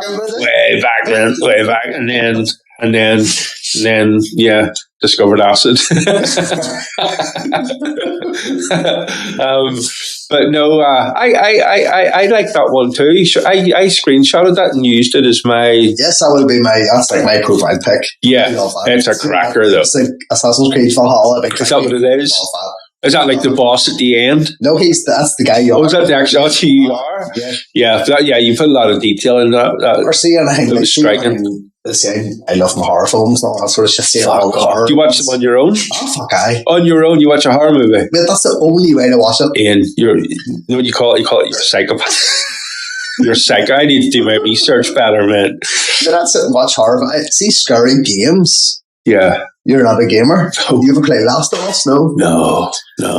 Scary. Played Alex the Kid. Rocket scissors. I played Alex the Kid, man. No. See, getting something scary. I love getting the shit scared out of me. No. So see my best thing. See getting a scary game or Dead Space. Fuck me. See, there's a Dead Space remake. You don't even know what that is, do you? No. Unbelievable. I know Sonic the Hedgehog. I know Pong. The likes of that. But no, mate. Every game I get the headphones on, pitch black, scares the fuck out of you. Love it. On your own? Oh, I love it. No. I love I getting can't. scared. Do you know why? And my wife's a wee frit because she's scared of all that. Yeah, that's me. I'm your wife. I'm your first love. No, and I'll tell you why it is. Like, because obviously growing up, we used to watch the Freddy Kruegers and all that jazz. Like, It's my boy, like. See, I remember I'm from the sort of Clanley Road area, and there's a wee video shop called the Clanley. It's seen Nightmare on Elm Street 4. I remember that film so much. The tape was fucking burnt out. I'm talking video tape, not DVD or not streaming. proper Tape, yeah. cassette. Where you had to Was it rewind it. VHR or something? VHS. Yeah. No. I tell you why, mate. See, any time I ended up on my own in the house for whatever reason, it was very rare, but as a kid, but in adult life even, I tell you, I couldn't remember what I'd done yesterday, like. But see, when I'm in the house on my own, I remember every horror movie I've ever watched, like vividly. I love a scary films. No way, man. No. Have you ever watched Paranormal Activity? Yeah. That's my worst. That'll freak you out the most out of everything. Yeah. Like, as I say, Freddy Krueger. See me, right? I could see if I was sitting in the house and I thought, "Fuck, I'm getting burgled." I wouldn't give a fuck. I'd be standing there with a baseball bat, like I real life kind of human being-y stuff. No, but see if I was sitting in the house on my own, and there's a ghost. Yeah, not even a ghost. A fucking plant pot moved just an inch. I just die there. I'd take my. Do you believe in ghosts? I do, yeah. Do you? I do, like I do. As I say, see, growing up, my dad saw a ghost. I believe that, like. Truly believe that. That's why I'm so fucking scared. I've had fucked up experiences when I was a kid, like, and I'm like, there's definitely something there, mate. And that's why I can't do the whole horror movies and all. And like not on my own. Like if I'm with Tammy or something, I'll be like, gonna be fright or something. We laugh. Yeah. I know she's there. That's the freak side. I can't do it, mate, because there definitely is something like. See, my wife's scared. See, like, kind of sort of, see anything that's kind of exorcisty or demon-y, or like based on a true story kind of shit. Yeah. See anything like exorcisty, like demons and shit. She is fucking shit scared. Me too, mate. I'll not watch it. Watch all that. No, just fucking. I love it. I love getting freaked out. No, what you need to do is you need to watch Hangover 1 and Hangover 2, and be half normal. See all this horror shit. I'm like, nah. It's like, you know, it's like growing up, and you end up at different parties, and everyone's cool, you're having a laugh, and then someone talks about getting the Ouija board out, like, yeah. I'm like, I'd be straight on. I'd be like straight out. I'd be like fucking straight out home because I've been there. I've been to parties and all. And it's like I am like, well, fucking good luck with that. You do your thing. I'm gonna fuck off for an hour or two, and I'll be back. And I come back, and the shit they fucking say. I'm like, all balls. It's not them. If someone said to me, "Right, oh, you can Ouija board it," I'm like, "I fucking go ahead." No. Let's see what happens. Open the shit does happen, though. Shit does happen. It's not for me. Like, I just know a couple of fucking idiots that have known, like, you know, have been to different places, different parties, and have all thought it's fun and games and all this nonsense, and then they've been like fucking shit happens. Like, and I'm like, well, there you go, you deal with that shit. I'm scared even knowing that you're telling me shit, and I can tell by how you're telling me that something's fucking happened. So I'm just like, nah, not for me. Like, not for me. It's if you really are believing it, and if you're into it, it'll freak you out. But if you realise that it's a lot of shit. Yeah. I know Freddy Krueger and all's a lot of shit. Like, but see, like, but that's what I grew up with. Yeah. I remember being a kid in the 80s, and it was like you have to go down and rent the video. Well, did you have the video truck? Did you have the video truck, the video man? No. On a Friday night, it was like a wee blue van. We had the library, man. The library? Same thing, it was a bus, but it was... Yeah, well, we had that too. I thought it was full of videos. Yeah, no. We had the Adidas man. And he used to come around and sell you Adidas tracksuits and Nike tracksuits and all from the boot of his car. on a Friday night, and then we had the video truck used to call around, and you could have hired out videos and games. Yeah. And then we had the fruit and veg man. And then we had the main truck. Oh, me man. Remember the main man? Every Friday he'd come around. Portello. Oh, stop it. Let's say Portello. Have you noticed now? It's not Portello. What do you call it? Portimo. No, forever. Because as I say, Mimi's and Portello, I just said as it's spelled. Fucking American cream soda. Oh, yeah. From the main man. Yeah. Unbelievable. Well, what we used to do, did you ever... Cloudy line. Yeah. Did you ever get that? You ever get... When we were kids, me and my brother, we had got a pint glass, we had to put ice cream in, and then we'd have got the main man, the Coke, the cloudy lemon, the fucking whatever. Cream soda. Unbelievable. Straight in. Bush. And then straight up... Malts, honeycomb ice cream, and a bottle of Coke on that. Stop it. Unreal. Fuck it. We'd... yeah. That's the ice cream cup, is it? Oh, yeah. It's just kids don't understand nowadays. Like, Friday night, used to get the main man used to come around. Yeah. Used to get your pint glass with ice cream in it. You know what we used to do as well? Because the main bottle, like a metal lid. Yeah. We used to prick a hole in it with a needle. So we used to sit and watch, like Roxanne, and on a Friday night, and Cheers. Yeah. Cheers used to be on the Friday night. We just sat there for a bottle of Maine, and because you pinned the hole in the top, you used to have a slow stream. Yeah. But you just said we have a good stream of Portello for 4 hours, watching all your Friday night stuff like that. Just like that there. Yeah, and then did you ever? No, a lot of people don't remember, but The Simpsons started off as like a wee 5-minute show. The Simpsons was on another show. The Tracy Ullman show. The Simpsons was like a wee 5-minute slot within that show on a Friday night. Absolute phenomenon. And then Bush became. I loved The Simpsons. Yeah.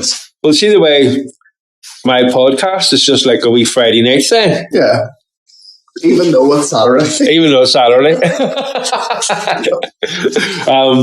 But yeah, small acorns, mate. Small acorns. Everyone will be talking about the time I got my Friday and Saturday mixed up and all. No, that artist, we Ian. but like, who knows where it can go? Like, yeah. Well, look, every podcast has to start somewhere.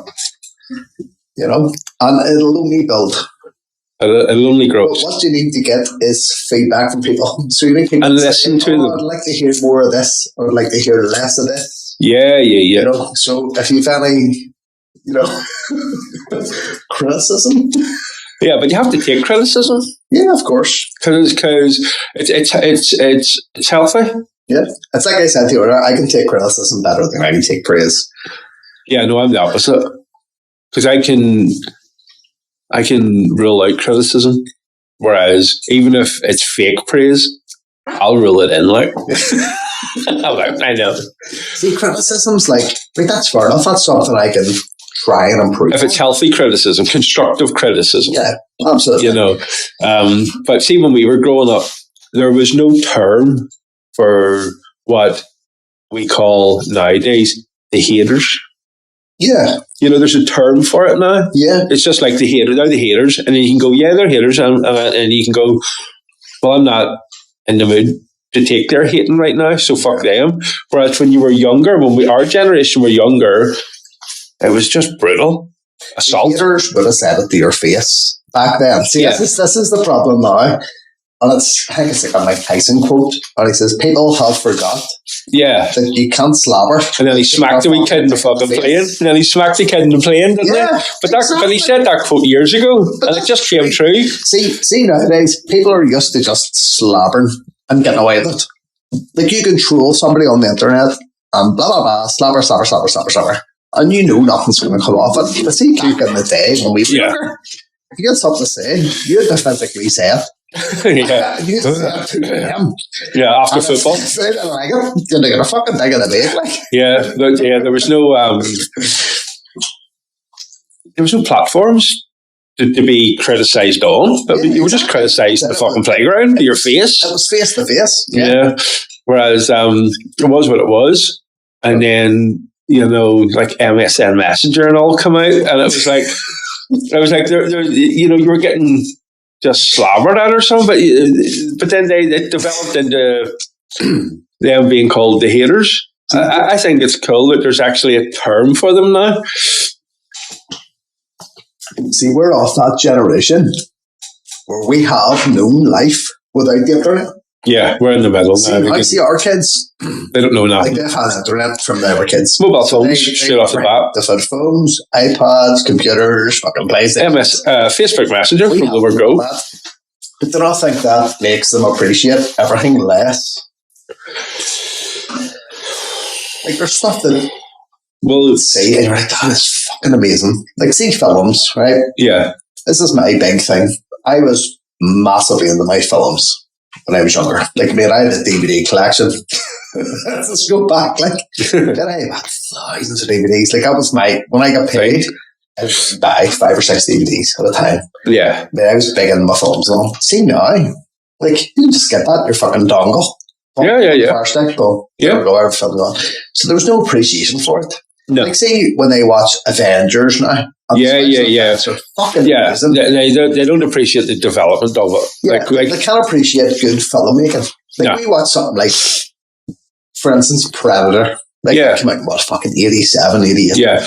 And you watch it and you're like, that is class. Yeah. Because you know how you can see the development of it before special effects time. Yeah, see, now they're just used to seeing amazing stuff. So you take it back even, you know, another generation where they didn't even have TVs. Yeah. So you can see the progression, you know. Absolutely. So I can understand how our parents are probably looking at us going, you spoiled me, bastard. Yeah. You know, and then we're taking on that role too. Kids appreciate nothing nowadays because they have everything. Like they have every answer, every question. Well, it's kind of like kids and even us, you know, we're living, you know, metaphorically speaking, like a richer life now than the kings of Egypt. That's exactly what I heard recently. Something like the pharaohs. Yeah. Like at the end of the day, like we didn't even have what they would ever have. Yeah. You think if we could go into like a time machine and we could show a pharaoh of Egypt, a king of Egypt, a mobile phone, yeah, you'd be fucking hung for sorcery. You know, whereas like you wouldn't get out of the fucking pyramid. You know, and you know, we jump in a hot bath or a hot shower, or you know, we cook our dinners, and you know, like we live a more richer life than kings of, you know, 100 years ago. You imagine like Carrickfergus Castle. I'm sure it was fucking freezing. Yeah, exactly. But he's a king. Yeah, you know, or you know, whatever close to it. I don't know. But now, you know, we take you know shelter, heat, gas, electric, whatever, food, you know, takeaways. Oh, you take all that for granted. Yeah. But you go back 100, 200, 300 years. Being a kid, and like a Chinese or a KFC or a mega treat once a month if you were if you were fucking, you lived at the posh part of the estate.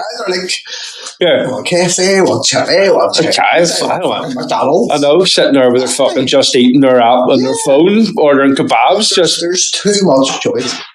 We have it too good. But do you not think that ruins you as a person? Well, I've always said, I've always said the term spoilt rotten actually is a thing. Absolutely. You know, and that's why it's like, it's a real thing. You can spoil someone rotten, like, and then turn into a bastard. Yeah. And then they're resentful. But that's what kids are like nowadays. They're spoiled rotten. They're spoiled fuckers. And it's a hard thing to manage. But even adults too, like, you know, it's like, I remember when I first kind of started working as such and had a few quid to myself, as a treat, I went and got a Domino's, like. Yeah. Right? Then a Friday coming home from work, I got a Domino's, like. Yourself? Yeah. We flat down. I got a Domino's, like. I was fucking, you know, and then I kind of making a few quid more. When you got a Domino's, I said, fuck. Yeah. But then I started getting the fucking large Domino's, right? And 6 hot wings. right? And I was like, cookies. oh no, fuck, I hadn't made it yet. Like, Sorry, Domino's cookies are the best cookies. Right? So then I had the large fucking Texas barbecue base motherfucker, right? And then I had 6 hot wings too with a Frankie Boy hot sauce, right? And then it was like, fuck me, big time. So then it was like a big pizza, the chicken wing, and then I get a wee bottle of wine, wouldn't I? And then I was like, fucking chatting, I was fucking loving life, like. And then it just escalated into this, that, and the other. And then it wasn't just a bottle of wine, it was a fucking 40-pound bottle of wine. And it was like, and then I started to get to the stage where it was like, this is a bit shit on my own, like. You know, and I just want to meet someone, like, you know. And then it's like, fucking, it just escalates, doesn't it? You know? It's wasted on your own. And then Would you be a wine drinker? I've been through the motions, man. I used to drink Buckfast. You know, whatever's like. Let's say, like, now, could you have a bottle of red wine and you could drink it? Red wine, yeah. Absolutely. You know what? One thing I can never take. Sure, but I can't drink. I can drink whiskey, but I'll suffer for it. Whereas you can drink whiskey, water off a duck's back. I can drink. I used to, whenever I met Tommy, we had like a Wednesday night, and we'd have got a couple of bottles of wine, and I'd have got a Shiraz. Because there's no hangover and I could go to work the next day. Yeah, it's got like Merlot and Shiraz and all that wine jazz. Whereas I could drink a Shiraz, like a red wine Shiraz. Yeah. Get up, I'd actually feel quite rejuvenated. You know, I'd get up and go to work the next day. You know, whereas if I was to drink a Merlot, for example, like a red wine Merlot, my fucking head would be bang. You know, so you stick to what works for you. But once upon a time, what worked for me was fucking 2 bottles of bucket. And then as you get older or whatever, you kind of experiment with different things. You know, like when we were younger, the boys, you know, in the estate used to sell you a 10-glass bottle of vodka for $5. So me and my mate would have drunk a $5 before, or like drunk a bottle of vodka before youth club. You know, straight. And then we went to youth club and played football all night.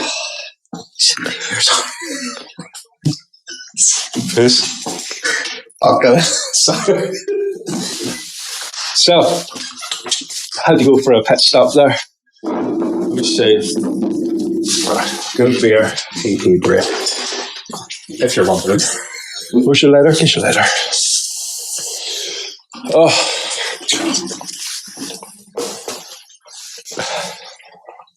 So what is it, snake phantom? Snake phantom. Jesus, no more of that.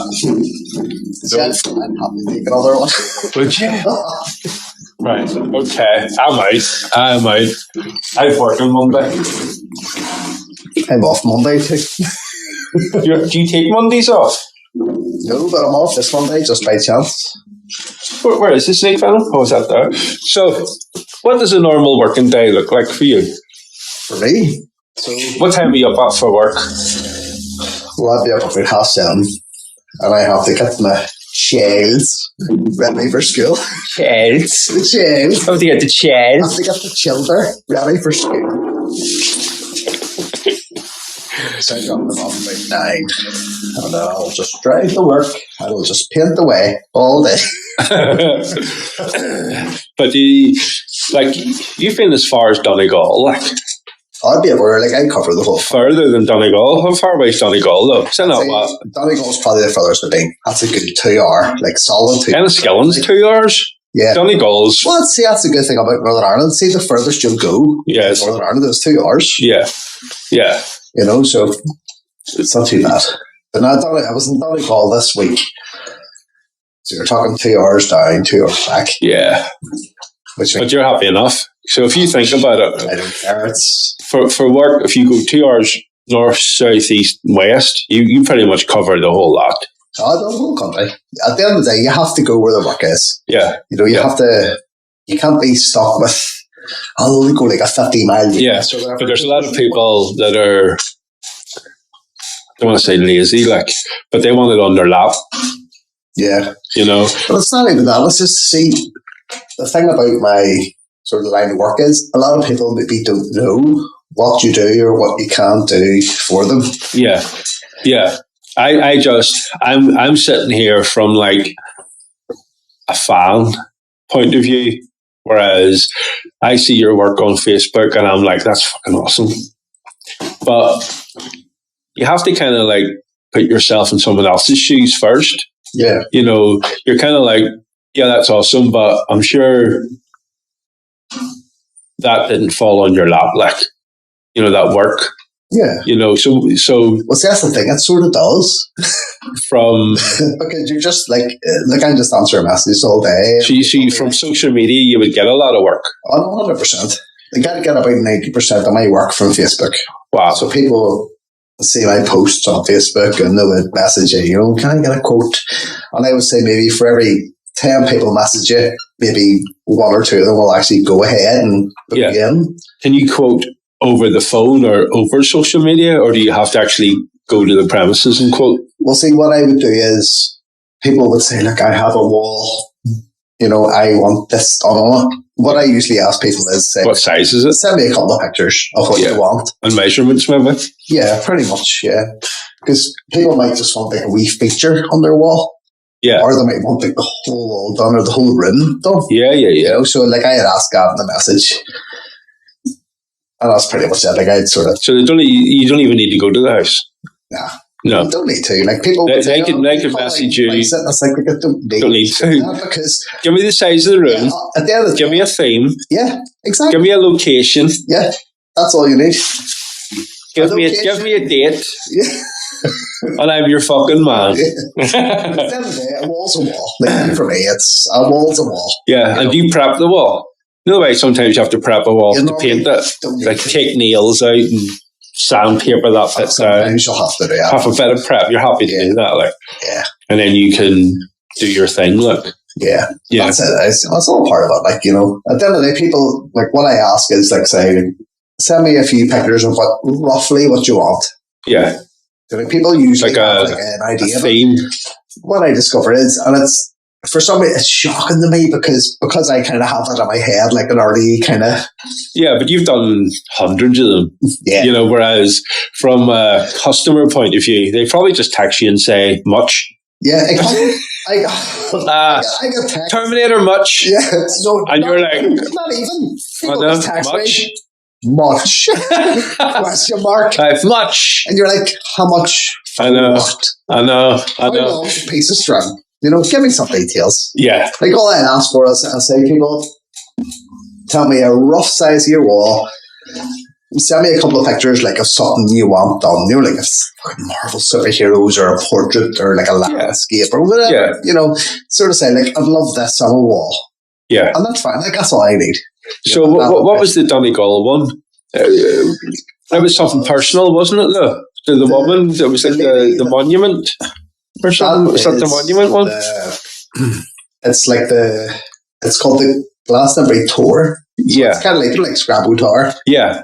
It's like a famous, like a landmark in Glastonbury. And that was personal to that woman, or? But that lady's from that area. Got to her, it's like, oh, it's the view I had every day. And then did you do that off a photograph or something? That was off a few photos. So she kind of said, look, see, as long as I have like the Glastonbury Tour in the background, can you stick like your own landscape buzzard in? Can you stick like a wee rabbit, like an owl, like a tree? You know, like people sort of say all this. That's what I want. See, people, the more information people get me, the more creative you can be. Creative I can be. Yeah. It's like the more I can work from. Yeah. People kind of give me like a jumping off point. Yeah. So I'll always say, like, send me at least like a picture of something roughly of what you'd like. Yeah. Or strictly what you'd like. Well, that's it. Some people are very specific. Yeah. They're like, can I have this there, and this there, and this there? And that's fair enough. And that's fair enough as well. I kind of prefer that because it's like, well, at least I know exactly what I'm doing. Yeah, there's no risk then. See, 9 times out of 10, people will be like, just do something that I'll like.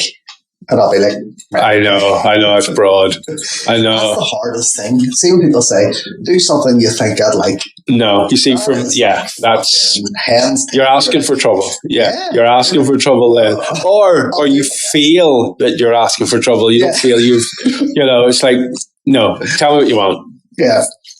But equally, some people are comfortable with, as long as I have A, B, and C. Yeah. You do your thing. Yeah. I've seen enough of your work. See, I know it's going to be under the bracket of quality at the end of the day. See, some people are very specific. I mean, some people are kind of like, I'm happy if you just, as long as this is included, I'd love you to throw your own spin. Yeah. Which is one of the most difficult things, like, see, for an artist, because you're kind of thinking, you have to read the person. Yeah. Because you have to think, this is what I like.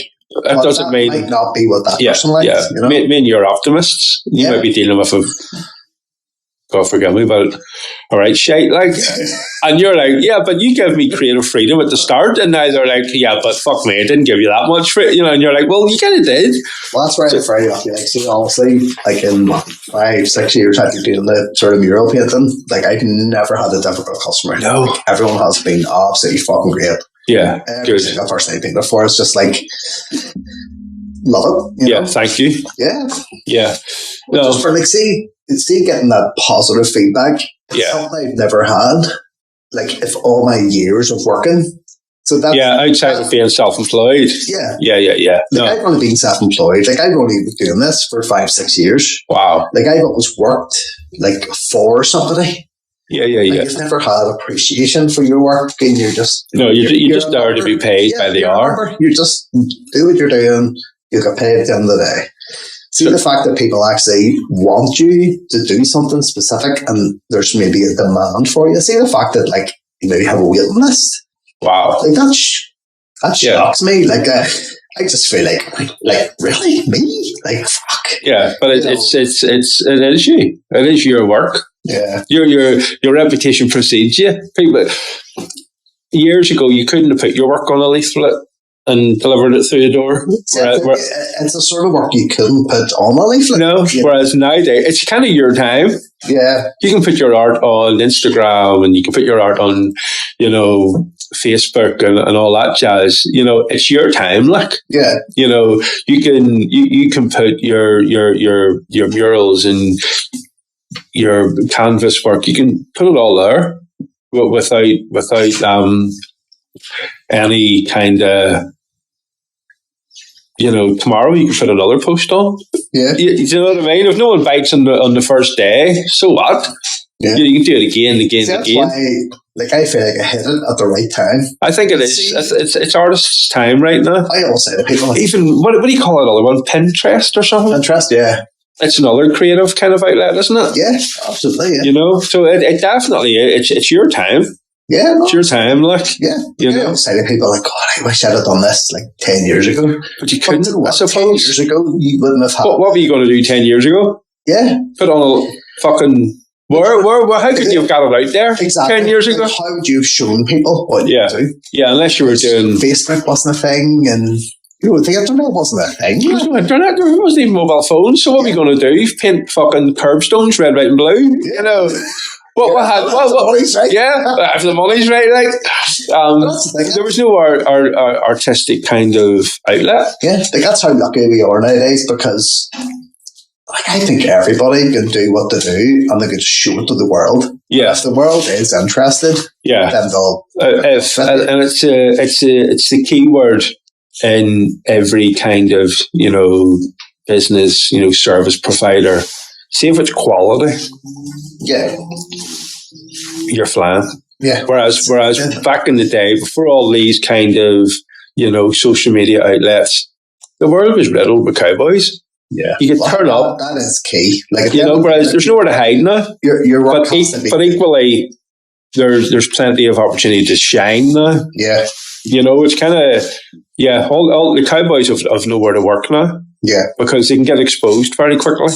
And at the end of the day, you're only as good as your last job. Yeah. That's my constant kind of, I would say, motivator. Fear, but yeah. So it's your constant motivator. You're only as good. You have to be slightly scared to push yourself on. Yeah. Because you always have to think the backlash. I can do better. Yeah. And I will do better in my next job. Yeah. And you will. And it's you can always learn in between as well. Yeah, I always have that fear in my head. It's I just hope this is good enough for that for this customer. You know? Yeah. At the end of the day, you're trying to live up to customer expectations. Yeah.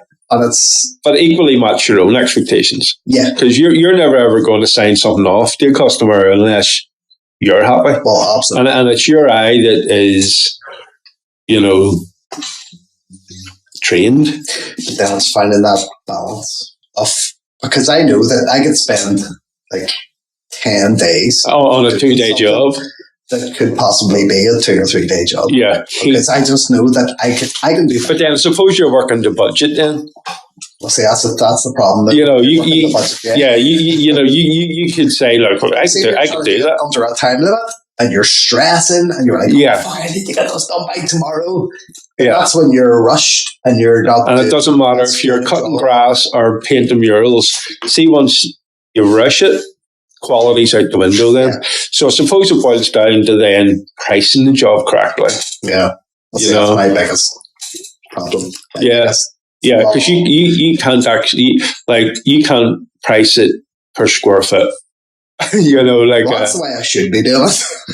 Now, people don't want to hear that. See, the problem is, people will kind of say, like, oh, that seems very dear. And you're like, well, hang on a minute.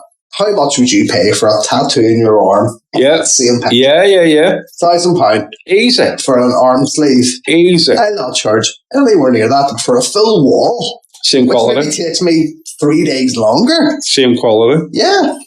I know. That's it. People don't want to hear that, you know. They don't. But every industry kind of has the same problem.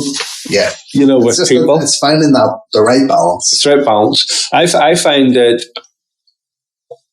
like, how did you kind of arrive at your price point for quoting jobs? Still not 100% at it. You know, I find that's what I would struggle with the most. Yeah, I think it fluctuates. I think times change. Yeah. You know, like I try and work out like a sort of like a day rate. Yes. So something I'd feel comfortable with. Yes. That would be 1 day's work. So that's kind of how I price a job. People would send me a picture and I'd say, look, it's this. That's going to take me 3 days. Size of wall. Yeah. I'd say 3 or 4 days. I'd try and price it accordingly. But I'm not kind of easy going where I'd kind of underprice a lot of stuff. Nah, 2 days. Yeah. I know. I'll be there for 5 days. And then your perfectionism kicks in and you're there for 5. That's the thing. I because then you're stuck between, well, I still want it to be quality and my name's being put to it. Exactly.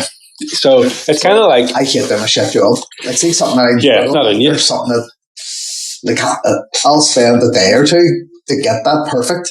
Yeah. Even though you've only quoted it for 1, and I know. It's just like perfectionism that comes into it. But at the end of the day, is that not what people want? You know? People want quality. They'd rather have a quality job. Oh yeah, and with the greatest of respect, they don't want to overpay for it. Never mind. Yeah, no, absolutely. Fairly pay for it. Yeah. But I believe that's the win-win. If you're happy to do a quality job and they win financially, because you kind of, you know, exactly. But that I believe breeds volume of work. Yeah. You know, so you're like, Monday's job, I kind of underpriced it. Yeah. But I believe that's why you're busy Tuesday, Wednesday, Thursday, Friday, Saturday, Sunday. Because who wants to go out and smash a job on Monday, overprice it, and then have nothing? But I'm in such a random line of work, but there's no rhyme or reason to it. Like, say if I'm doing carpets, a carpet's a carpet. Yeah. You maybe go by size, you know. Yeah. Length, you know, how many days and all. Like, see for me, like art is... It's a one-off item. Purchase. I could do a portrait, which, you know, that's maybe 2 days to me, but I'll spend 3 or 4 days on it because I want to get it right. Yeah. You know, it's... Whereas, kind of equally, you don't know when that customer's going to book you again. Yeah, exactly. You know, it's kind of like... And I don't want to be one of them fucking idiots that sort of turns around and says... I joined the other kids' room done. Way, that took me an extra few days. That's going to be an extra 300 quid. Because I know people don't have that.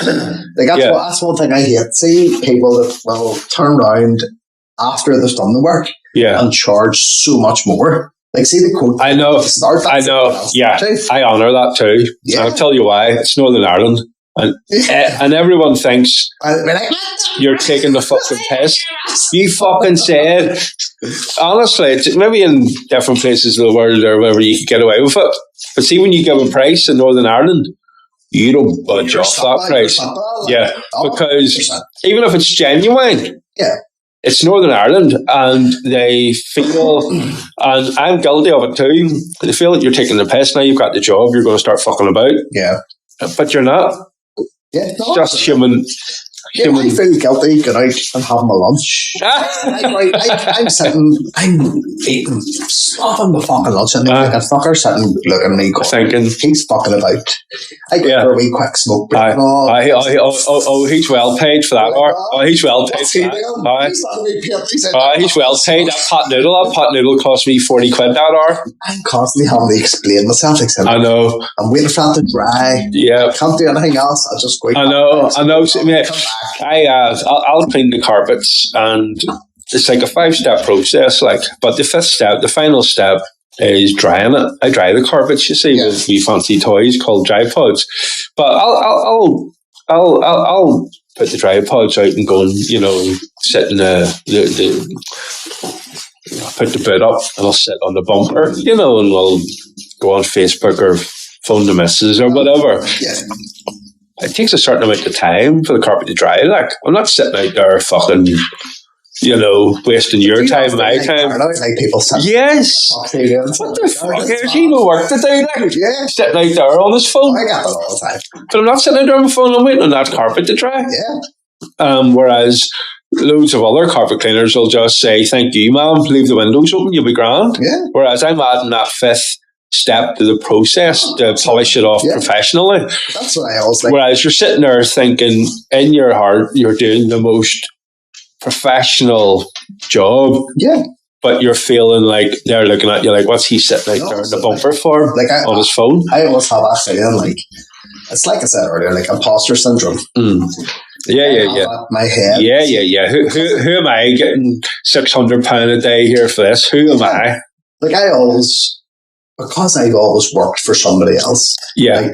For 20 years. Yeah. And now you're out on your own getting paid on the value. You're on your own. I still have those values. Yeah.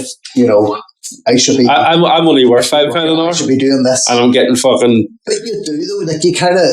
You lower your own. It's I like how you put it. I don't have that cockiness. No. I like how you call it. You call it imposter imposter syndrome. I like it being phrased like that, but it's also called like success guilt. Yeah, no, absolutely. It's also called something like that. It's like you feel guilty. Yeah, you're like, I'm sitting here. Who the fuck am I to get £100 an hour? I don't know why that. Who the fuck am I to get £1,000 a day? It's like, who the fuck am I? See, for me, it's like because what I do, like painting and stuff, it comes quite naturally to me. So you don't value it. Yeah. Whereas I was trying to say to you earlier. I could paint for another 20 years and never be able to achieve the same result you can do naturally. Yeah. Whereas if I did achieve that result after being in jail for 20 years and practicing every day, I would value it. I would deal with it. Whereas you don't appreciate it. Yeah. Because it comes naturally. And that's why I was saying to you, that's a talent. That's in my head. Exactly. But you need to get out of your head. But it's not easy. It's easy to you. Yeah. But it's not easy. Like I went to a wee lady's house a few weeks ago. It's she wanted me to come and give a coat or whatever, blah blah blah. So I will be doing that job in a few months. It's like, oh my god, it's like I meet a celebrity. I'm like, why? I'm just painting for you, I know, but it's there's a value attached to your. I can't get my head around that. Like, see all this, like we said, like I can't take praise. But it's just a compliment. It's a pat on the back. Yeah, but it's healthy. It's healthy. It's almost an injustice and unhealthy for you to reject it. Yeah, as if success guilt, imposter kind of theory. Like, who the fuck am I? Who the fuck are you? Yeah. You're the guy that does that artwork. Yeah, but I think the reason why is because I've never ever had that. See all the jobs I've ever done. It's just like do this. do that. Yeah, but they were Do jobs that. to pay the bills. This isn't a job. You're doing this for your legacy, your personal family reputation. This is because that's all I've known. Yeah, Like, you're that's wired that way. head. Yeah, You're wired that way. you're wired that way. Whereas you took the step to so to hear break away, kind of, you know. Yeah, well, then like, you know, like, don't take it personal.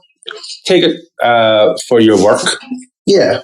If you know what I mean, just to be able to, because I want you to accept that praise, like, yeah, you know. So if you can't take it personally, well, then take it for your work. Yeah, you know. Okay, I'm not great, but my work's great. Okay.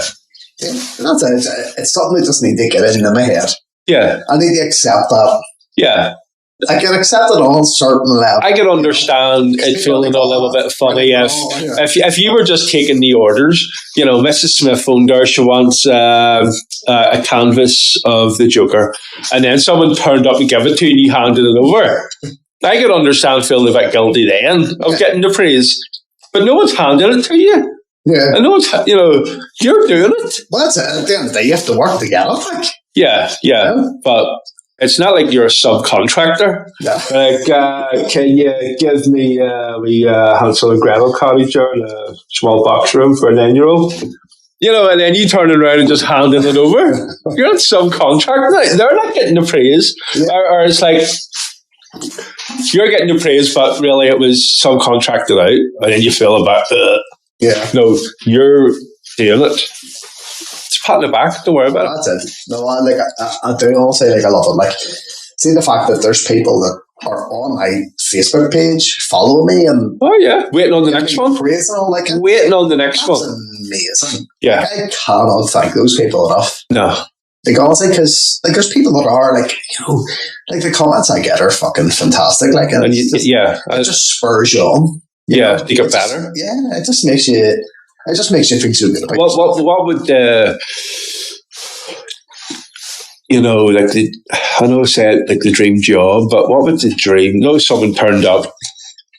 Like, what would the dream payday be? Dream payday? Yeah, it's like I'm sorted for the year here. You know, if like someone turns and says, "Here, I'll pay you £1 million to pay my off." But that happens. Like famous DJs and all, they get asked to go to some fucking. I mean, someone like Mr. Beast or somebody who's who says, "YouTuber and say, right, go pay my wall." Because 100 grand. Yeah, no sweat. Like there's some like, you know, like printers and like, you know, like the Hilton of Belfast, like the whole fucking side wall's free. You know, say in like different cities and stuff, they're all like, you know, we need a printer that can print a bottle of Budweiser from the top of the Hilton to the bottom. That's going to be 100 grand. But there's a printing place in London. I'll do it in 2 sheets. It's 100 grand, but Hilton are going to pay for it. You know, could you imagine if, like, you know, the Hilton said, Ian, can you come out here? We need a bottle of Budweiser, like 150 stories high in fucking New York City or something. Yeah. You know, and you're like, well, it's going to be like, you know, it's going to cost me 50 grand. I don't mind, you know, doing it for 50 grand. Like, but it'll take me fucking 4 weeks, but I need 100 grand up front. Yeah. Like, what is the possibilities here? What's the dream job? Because like I would love the Hilton to phone me and say, well, 15 floors of carpet needing cleaned here, and I'll just go, right, well, it'll be 50p a square foot. Yeah. And they'll be like, well, there's fucking 200,000. And I'd be like, well, okay, well, yeah. Like, what's your dream job? My dream job is someone just say, like, there's a wall. Yeah. Do what the fuck you want. Yeah. So mad. So it's more creative expression. Yeah, pretty much. For you, like, whereas I'm just looking to retire tomorrow. At least I'm looking to buy a wee ski hut in Bulgaria. Yeah. And then it'll probably be all my aches and pains will be away by next year. I'll just go away for 3 months. You know, for me, it's financially motivated. Like, I would just love that. You know, I've done a couple of big jobs, but I mean, there's bigger jobs out there. Like, you know, right here. That's great. Yep. Oh, Jesus. So,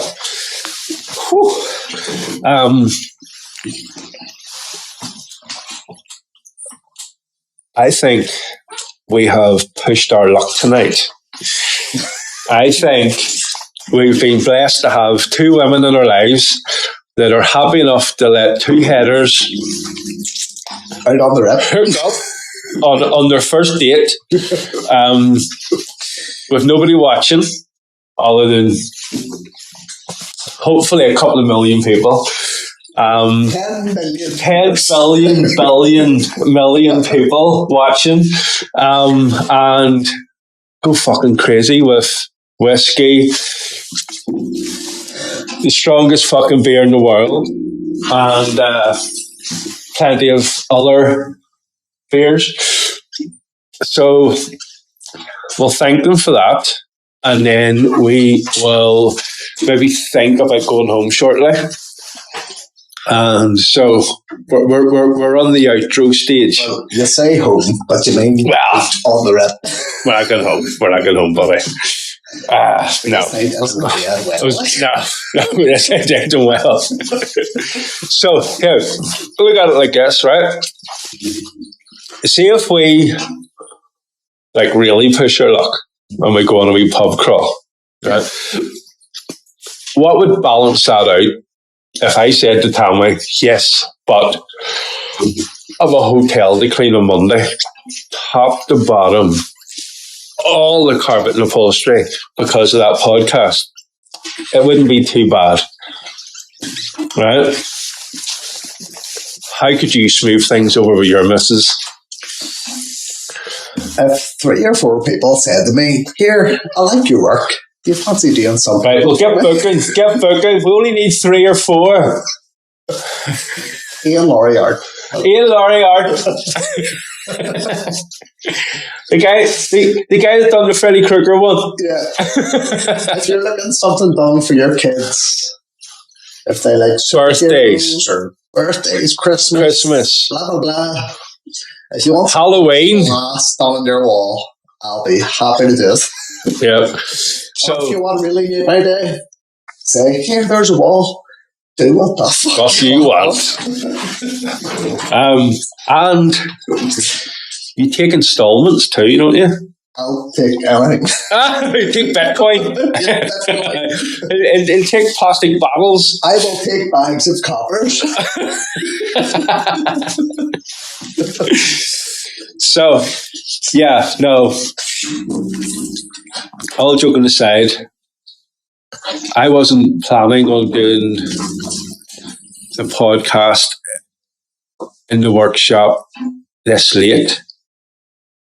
It's fucking freezing, isn't it? Freezing like yeah. So great. It's usually a lot warmer than this, or it's maybe because I'm working.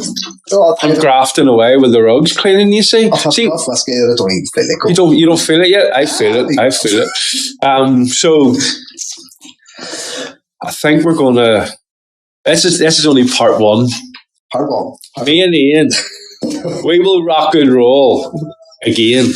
We will do part 2 whenever I get my dream job, you get your dream job, and we can do this podcast from a yacht in the Bahamas with the family. Sounds good. Yeah, sound good? Fucking family. Well, when I say family, I mean me and you. So I just want to say, mate, thank you for coming. It's been a blast. Oh, well, thank and you. me and you are going on a wee pub crawl now. Yeah, Deal? Yes, 100%. Right, let's do this. Say goodbye to your people.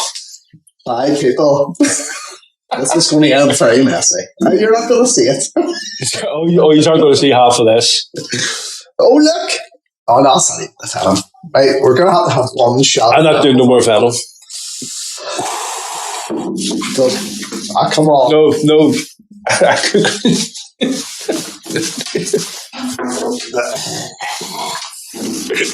That's disgusting. Legend. We have a legend before us.